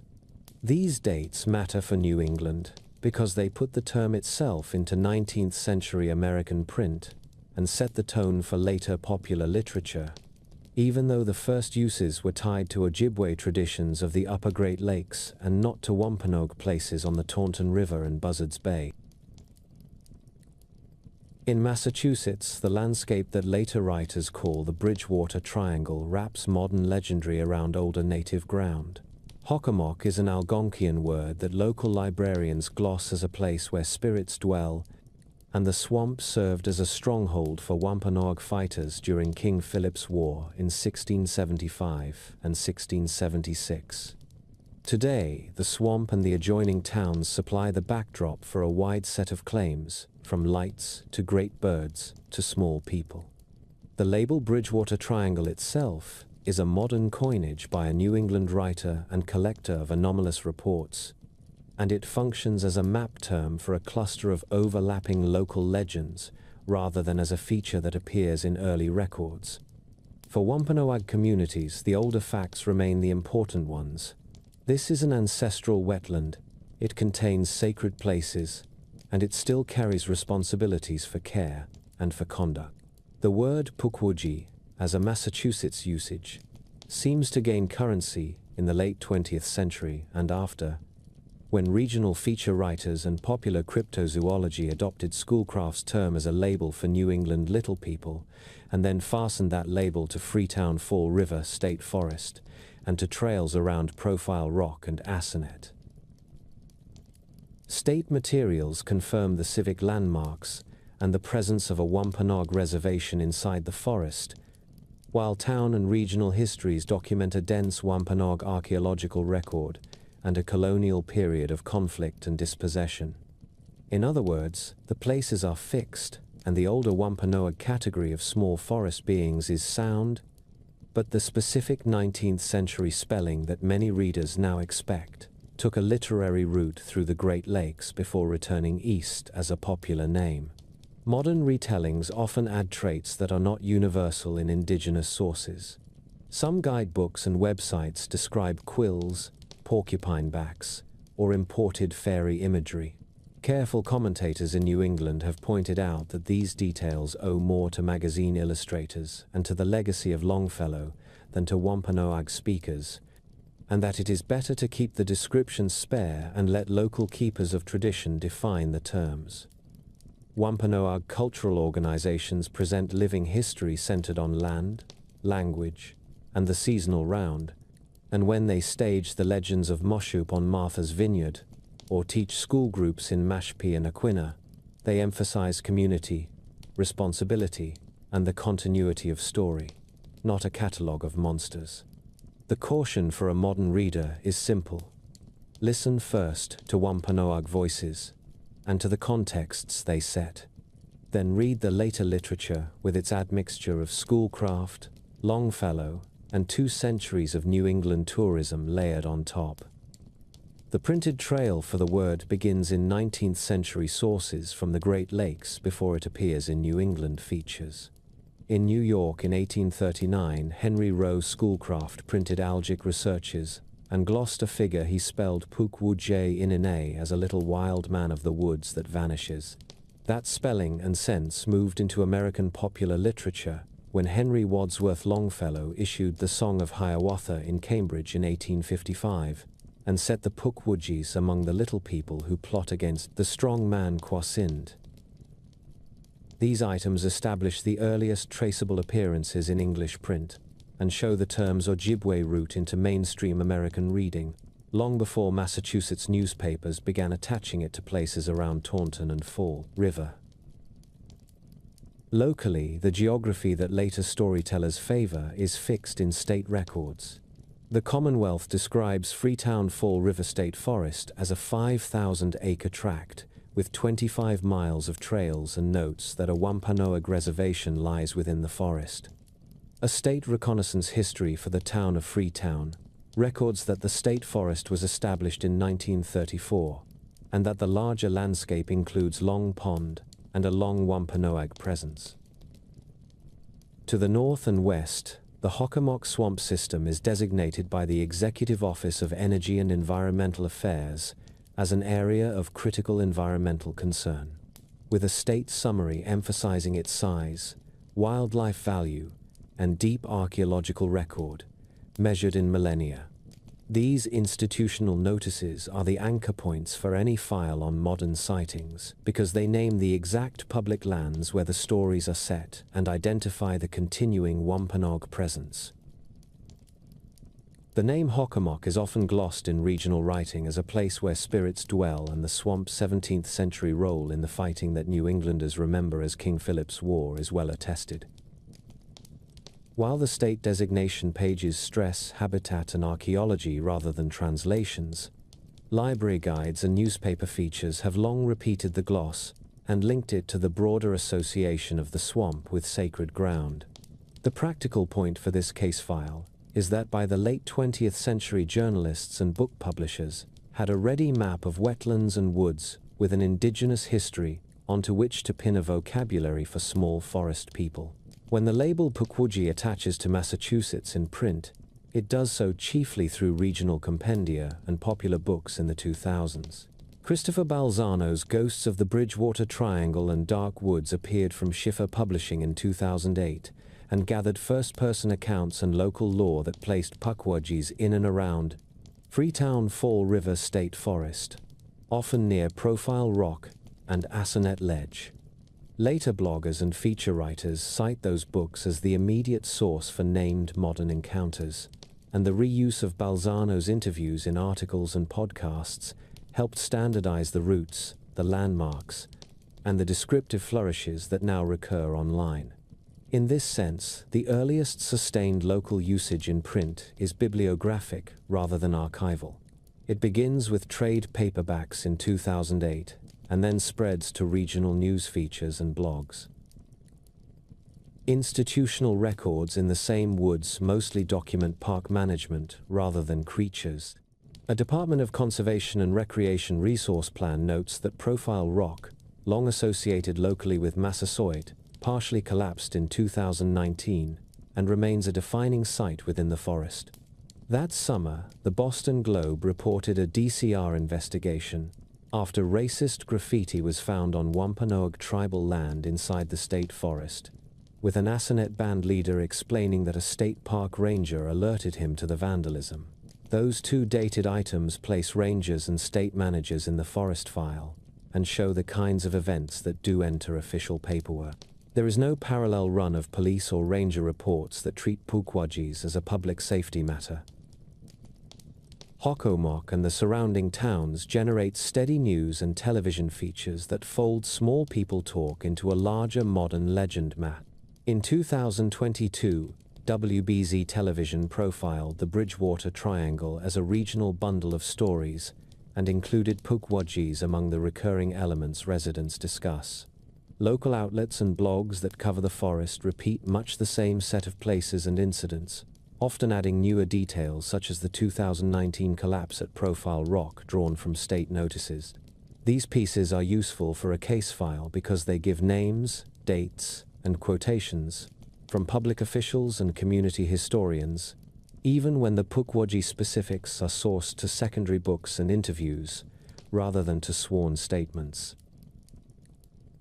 Municipal and police footprints sometimes acknowledge the folklore in a light tone. The Freetown Police Department's public posts have jokingly referenced Pukwudgies while documenting routine patrols in the forest, and a local outlet ran a tongue-in-cheek item about a Pukwudgie crossing sign in 2017. Such items should not be mistaken for endorsements of sightings. They do show that by the late 2010s, the term was common enough in town talk that police and local news could invoke it as shorthand and be understood. For earliest printed usage in Massachusetts that ties the word to named places, the pattern is therefore clear. The 19th century seed is Schoolcraft and Longfellow. The 20th century civic frame is a mapped state forest created in 1934 and a vast swamp system designated an ACEC in 1990. The 21st century local name recognition arrives through 2008 trade books and then through recurring features on the Bridgewater Triangle. Law enforcement and park records in the file concern vandalism, access management, and site protection rather than cryptids. Public officials appear as caretakers of land that includes Wampanoag reservation parcels, not as investigators of small beings. That is the present documentary record against which any new testimony from hikers or residents should be read. The term Pukwudgie reached Massachusetts by way of books rather than by an unbroken chain of local usage. Schoolcraft printed an Ojibwe word in 1839. Longfellow popularized a similar form in 1855. Later writers in New England borrowed that spelling and attached it to Wampanoag country. The move is understandable because Wampanoag and Ojibwe languages belong to the Algonquian family. Even so, the label is a literary import. Wampanoag teachings about small other than human persons predate the label and carry their own names and rules. Once the word settled in New England print, its traits drifted. Early descriptions in the Great Lakes spoke of small people who could help or harm and who avoided disrespect. Late 20th century and internet retellings in Massachusetts added details that read like magazine art. Quills on the back, spines that bristle in anger, glowing eyes, imported fairy language. These flourishes spread because they travel easily online and help a headline, not because they reflect Wampanoag usage. The same period fixed a modern map. Feature writers grouped Hockomock Swamp, Freetown Fall River State Forest, Profile Rock, and Assinet Ledge under the Bridgewater Triangle label. That map is a journalist's tool. It is not an ethnographic category. Wampanoag voices place the emphasis elsewhere. Cultural educators present little people within a system of conduct that includes respect for places, attention to season, and care in naming. Some teachings are winter stories only. Some sites are not for filming or legend tripping. When museums and schools invite Wampanoag interpreters, the talk turns to land, language, kinship, and the ways stories set limits and obligations. In that frame, small beings remind listeners that the woods are alive with persons who are not human. The lesson is about how to behave, not about how to hunt a cryptid. Skeptical readings point to the ordinary conditions of swamp and forest. Freetown, Fall River State Forest, and the Hockomock system produce low light, broken sight lines, and many sources of sound. Barred owls shout in a way that can sound like speech. Fishers and foxes move at the edge of vision. A flashlight catches a spider's eyes and returns bright points in the dark. None of this dismisses a witness. It does explain why people who expect a small figure might find one. Folklorists also note ostension. A story names a trail. Visitors go at night, leave offerings, and jump at every snap. Those acts then become new proof in the next round of posts. Tourism and conservation now share the stage. Park staff manage crowds, trash, and vandalism more than mysteries. The collapse of Profile Rock in 2019 altered access and put more attention on trail closures and respectful visiting. Local police sometimes reference pukwudgies in a joking voice on social posts to reach residents. That tone keeps the legend in view while steering people towards safety and away from trespass. Festivals and podcasts use the word as a regional badge. Responsible presenters add a note that Wampanoag communities set the terms, and that some places are not props. The current scholarly view is straightforward. Pukwudgie in Massachusetts is a modern label for an older class of beings in Wampanoag tradition. The label came from 19th century print about the Great Lakes. Internet culture amplified eye-catching traits and fixed a handful of sites on a popular map. The most reliable guidance still comes from Wampanoag keepers of tradition and from state records that mark protected lands and reservation parcels. Good practice is to center those voices, to avoid turning sacred places into a stage, and to treat small people stories as community teachings rather than as monster files.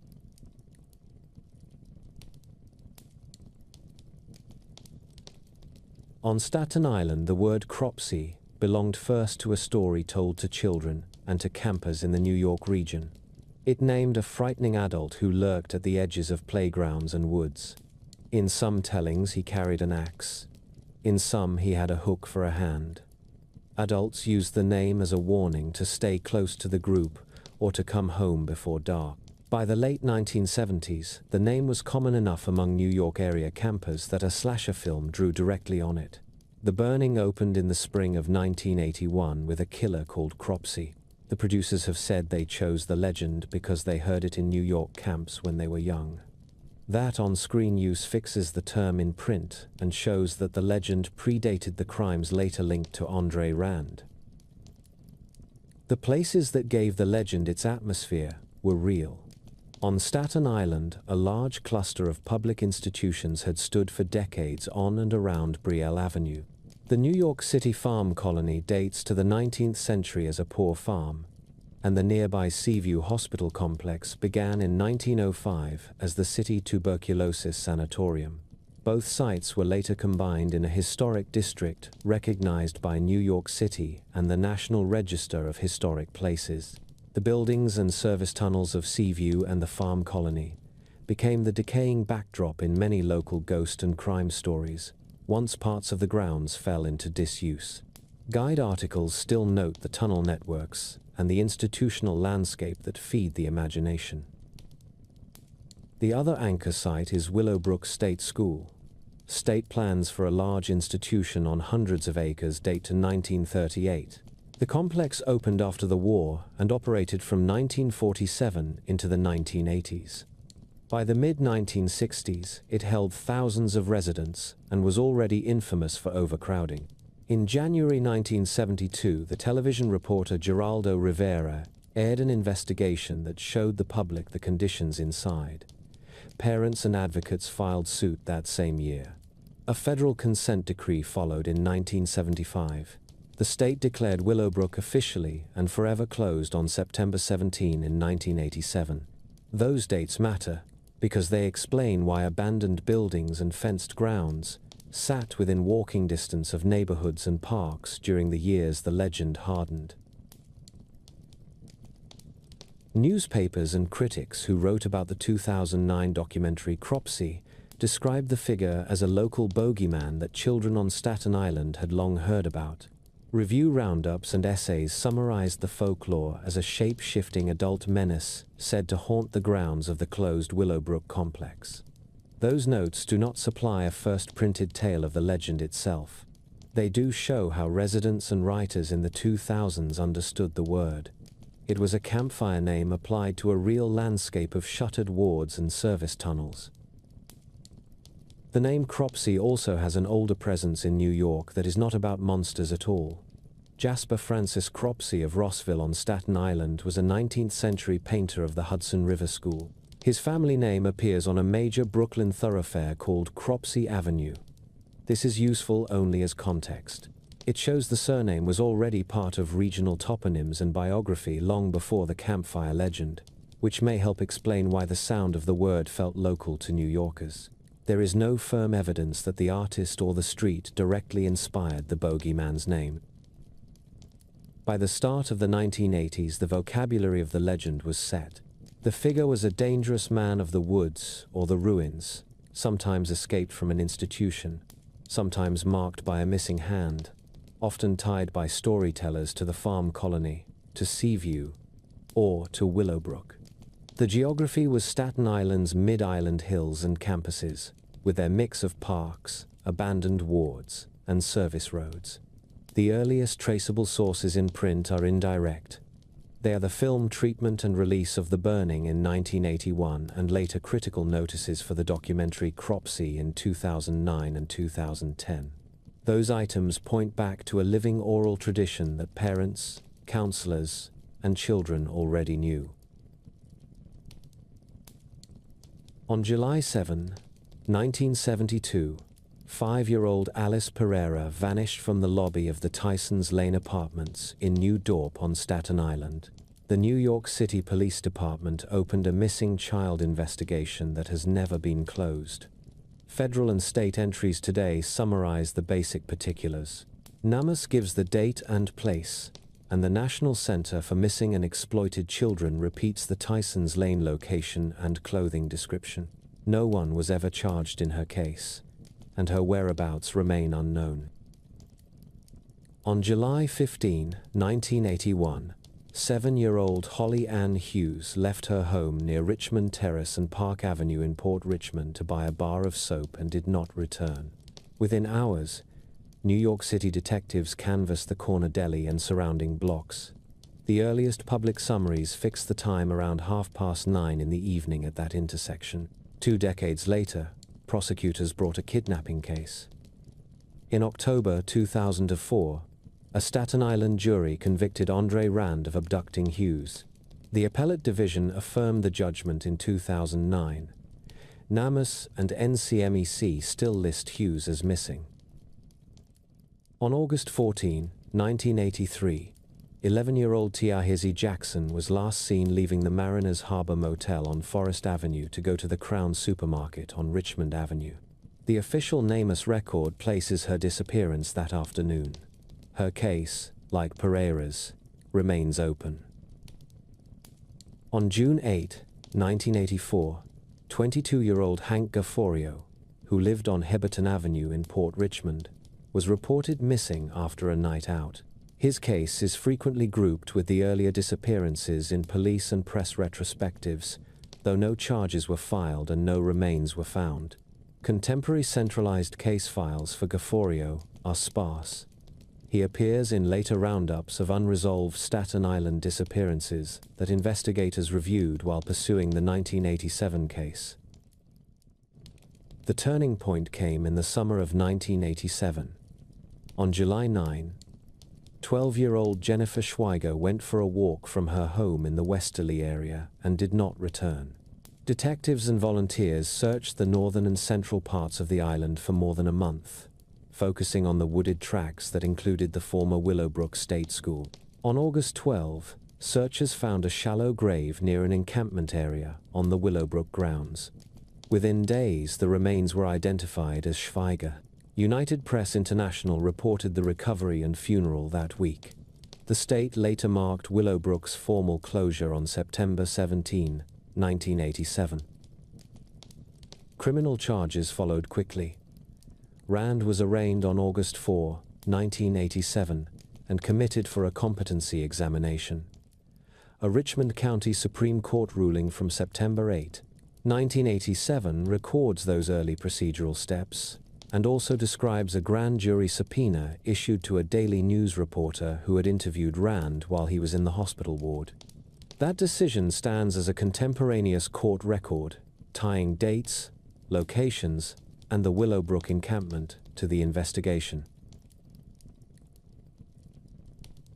In 1988, a Staten Island jury acquitted Rand of murder, but convicted him of first-degree kidnapping in the Schweiger case, and the court imposed a sentence of 25 years to life. Years later, in 2004, prosecutors tried Rand for the 1981 abduction of Holly Ann Hughes. The jury again returned a kidnapping conviction with a sentence of 25 years to life to run consecutively. The Second Department's opinion filed in January 2009 leaves the conviction in place. A federal habeas ruling in 2012 also recites that Rand is serving consecutive terms for the Schweiger and Hughes kidnappings. New York inmate records and standard references note that his first possible parole date is in 2037. Throughout, law enforcement linked the open files to a geography more than to a legend. The reports circle the same parts of Staten Island, Tyson's Lane in New Dorp, the Port Richmond blocks around Richmond Terrace and Park Avenue, the Forest Avenue corridor and the scrub between the New York City farm colony and the closed Willowbrook complex. State agencies and the Willowbrook closure materials document the institutional landscape and its condition in the late 1980s, which framed the prolonged search in Schweiger's case and the public's alarm. Media attention widened the record but did not settle it. The documentary film released in 2009 revisited missing child cases and the prosecutions, and it helped fix the word cropsy to the modern story in the public mind. Reviews and distribution notes capture the release date and focus. The film's argument is not a legal source, but it is part of the archive that later readers encounter when they look for the case. The Staten Island cropsy legend and the crimes associated with Andre Rand share a landscape. They do not share a single origin. Counselors and parents used cropsy as a caution long before the arrests. The burning reached theaters in 1981 with a killer named Cropsy. That date alone shows that the bogeyman name was already alive in New York camp talk. The label then merged in public memory with a set of disappearances that unfolded through the 1970s and 1980s. The blend is understandable. The shared backdrop was a belt of woods and institutional ruins that seemed to invite a story. The institutional geography shaped both legend and search. The farm colony and Seaview campuses stood as a decaying city within the trees. Willowbrook, once a vast state school, closed in 1987 after years of scandal and litigation. Empty roads, service tunnels, and abandoned wards created the look of a haunted precinct. Teenagers trespassed. Urban explorers took photographs. Search parties followed beaten paths into the same gullies and lots. In that environment, the figure of a lurking adult felt plausible. A parent who wanted a child to avoid the tunnels did not need a complicated argument. The word cropsey was enough. The legal record is narrower than the legend. Andre Rand stands convicted of 2 kidnappings. The jury in 1988 found him guilty in the abduction of Jennifer Schweiger. The jury in 2004 reached the same verdict for Holly Ann Hughes. Courts affirmed both judgments on appeal. 3 other disappearances from the same era remain open files. Alice Pereira in 1972, Tyhees Jackson in 1983, Hank Gafforio in 1984. No court has convicted Rand of murder. State records list a first parole eligibility date in 2037. Those facts are firm. They sit apart from the wider story told after dark. The documentary Cropsey, released in 2009, fixed the pairing of the bogeyman name and the Staten Island cases for a national audience. Reviewers described a film that moved between folklore and police work. The film gave viewers a map of tunnels and wards, and then tied that map to missing child posters from the 1970s and 1980s. The effect was powerful. It also encouraged a habit of reading the legend backward through modern fear. In that reading, every found footprint or stray mattress on the Willowbrook grounds became a sign. Folklorists call this a feedback loop. The story sends people into a place to look for proof. The traces left by visitors become the next round of evidence. Skeptical explanations emphasize ordinary causes and institutional history. The island's mid-ridge holds large tracts of second growth woods. There are deer, foxes, stray dogs, and night sounds that carry. There were also many people passing through the same ruin. Some were homeless, some were teenagers, some were police. A missing dog or a glimpse of a figure in a window can be made to serve a story. None of this erases the crimes. It does put the ambient details in perspective. The strongest evidence remains what juries saw in courtrooms. The rest belongs to rumor and to the way landscapes collect fear.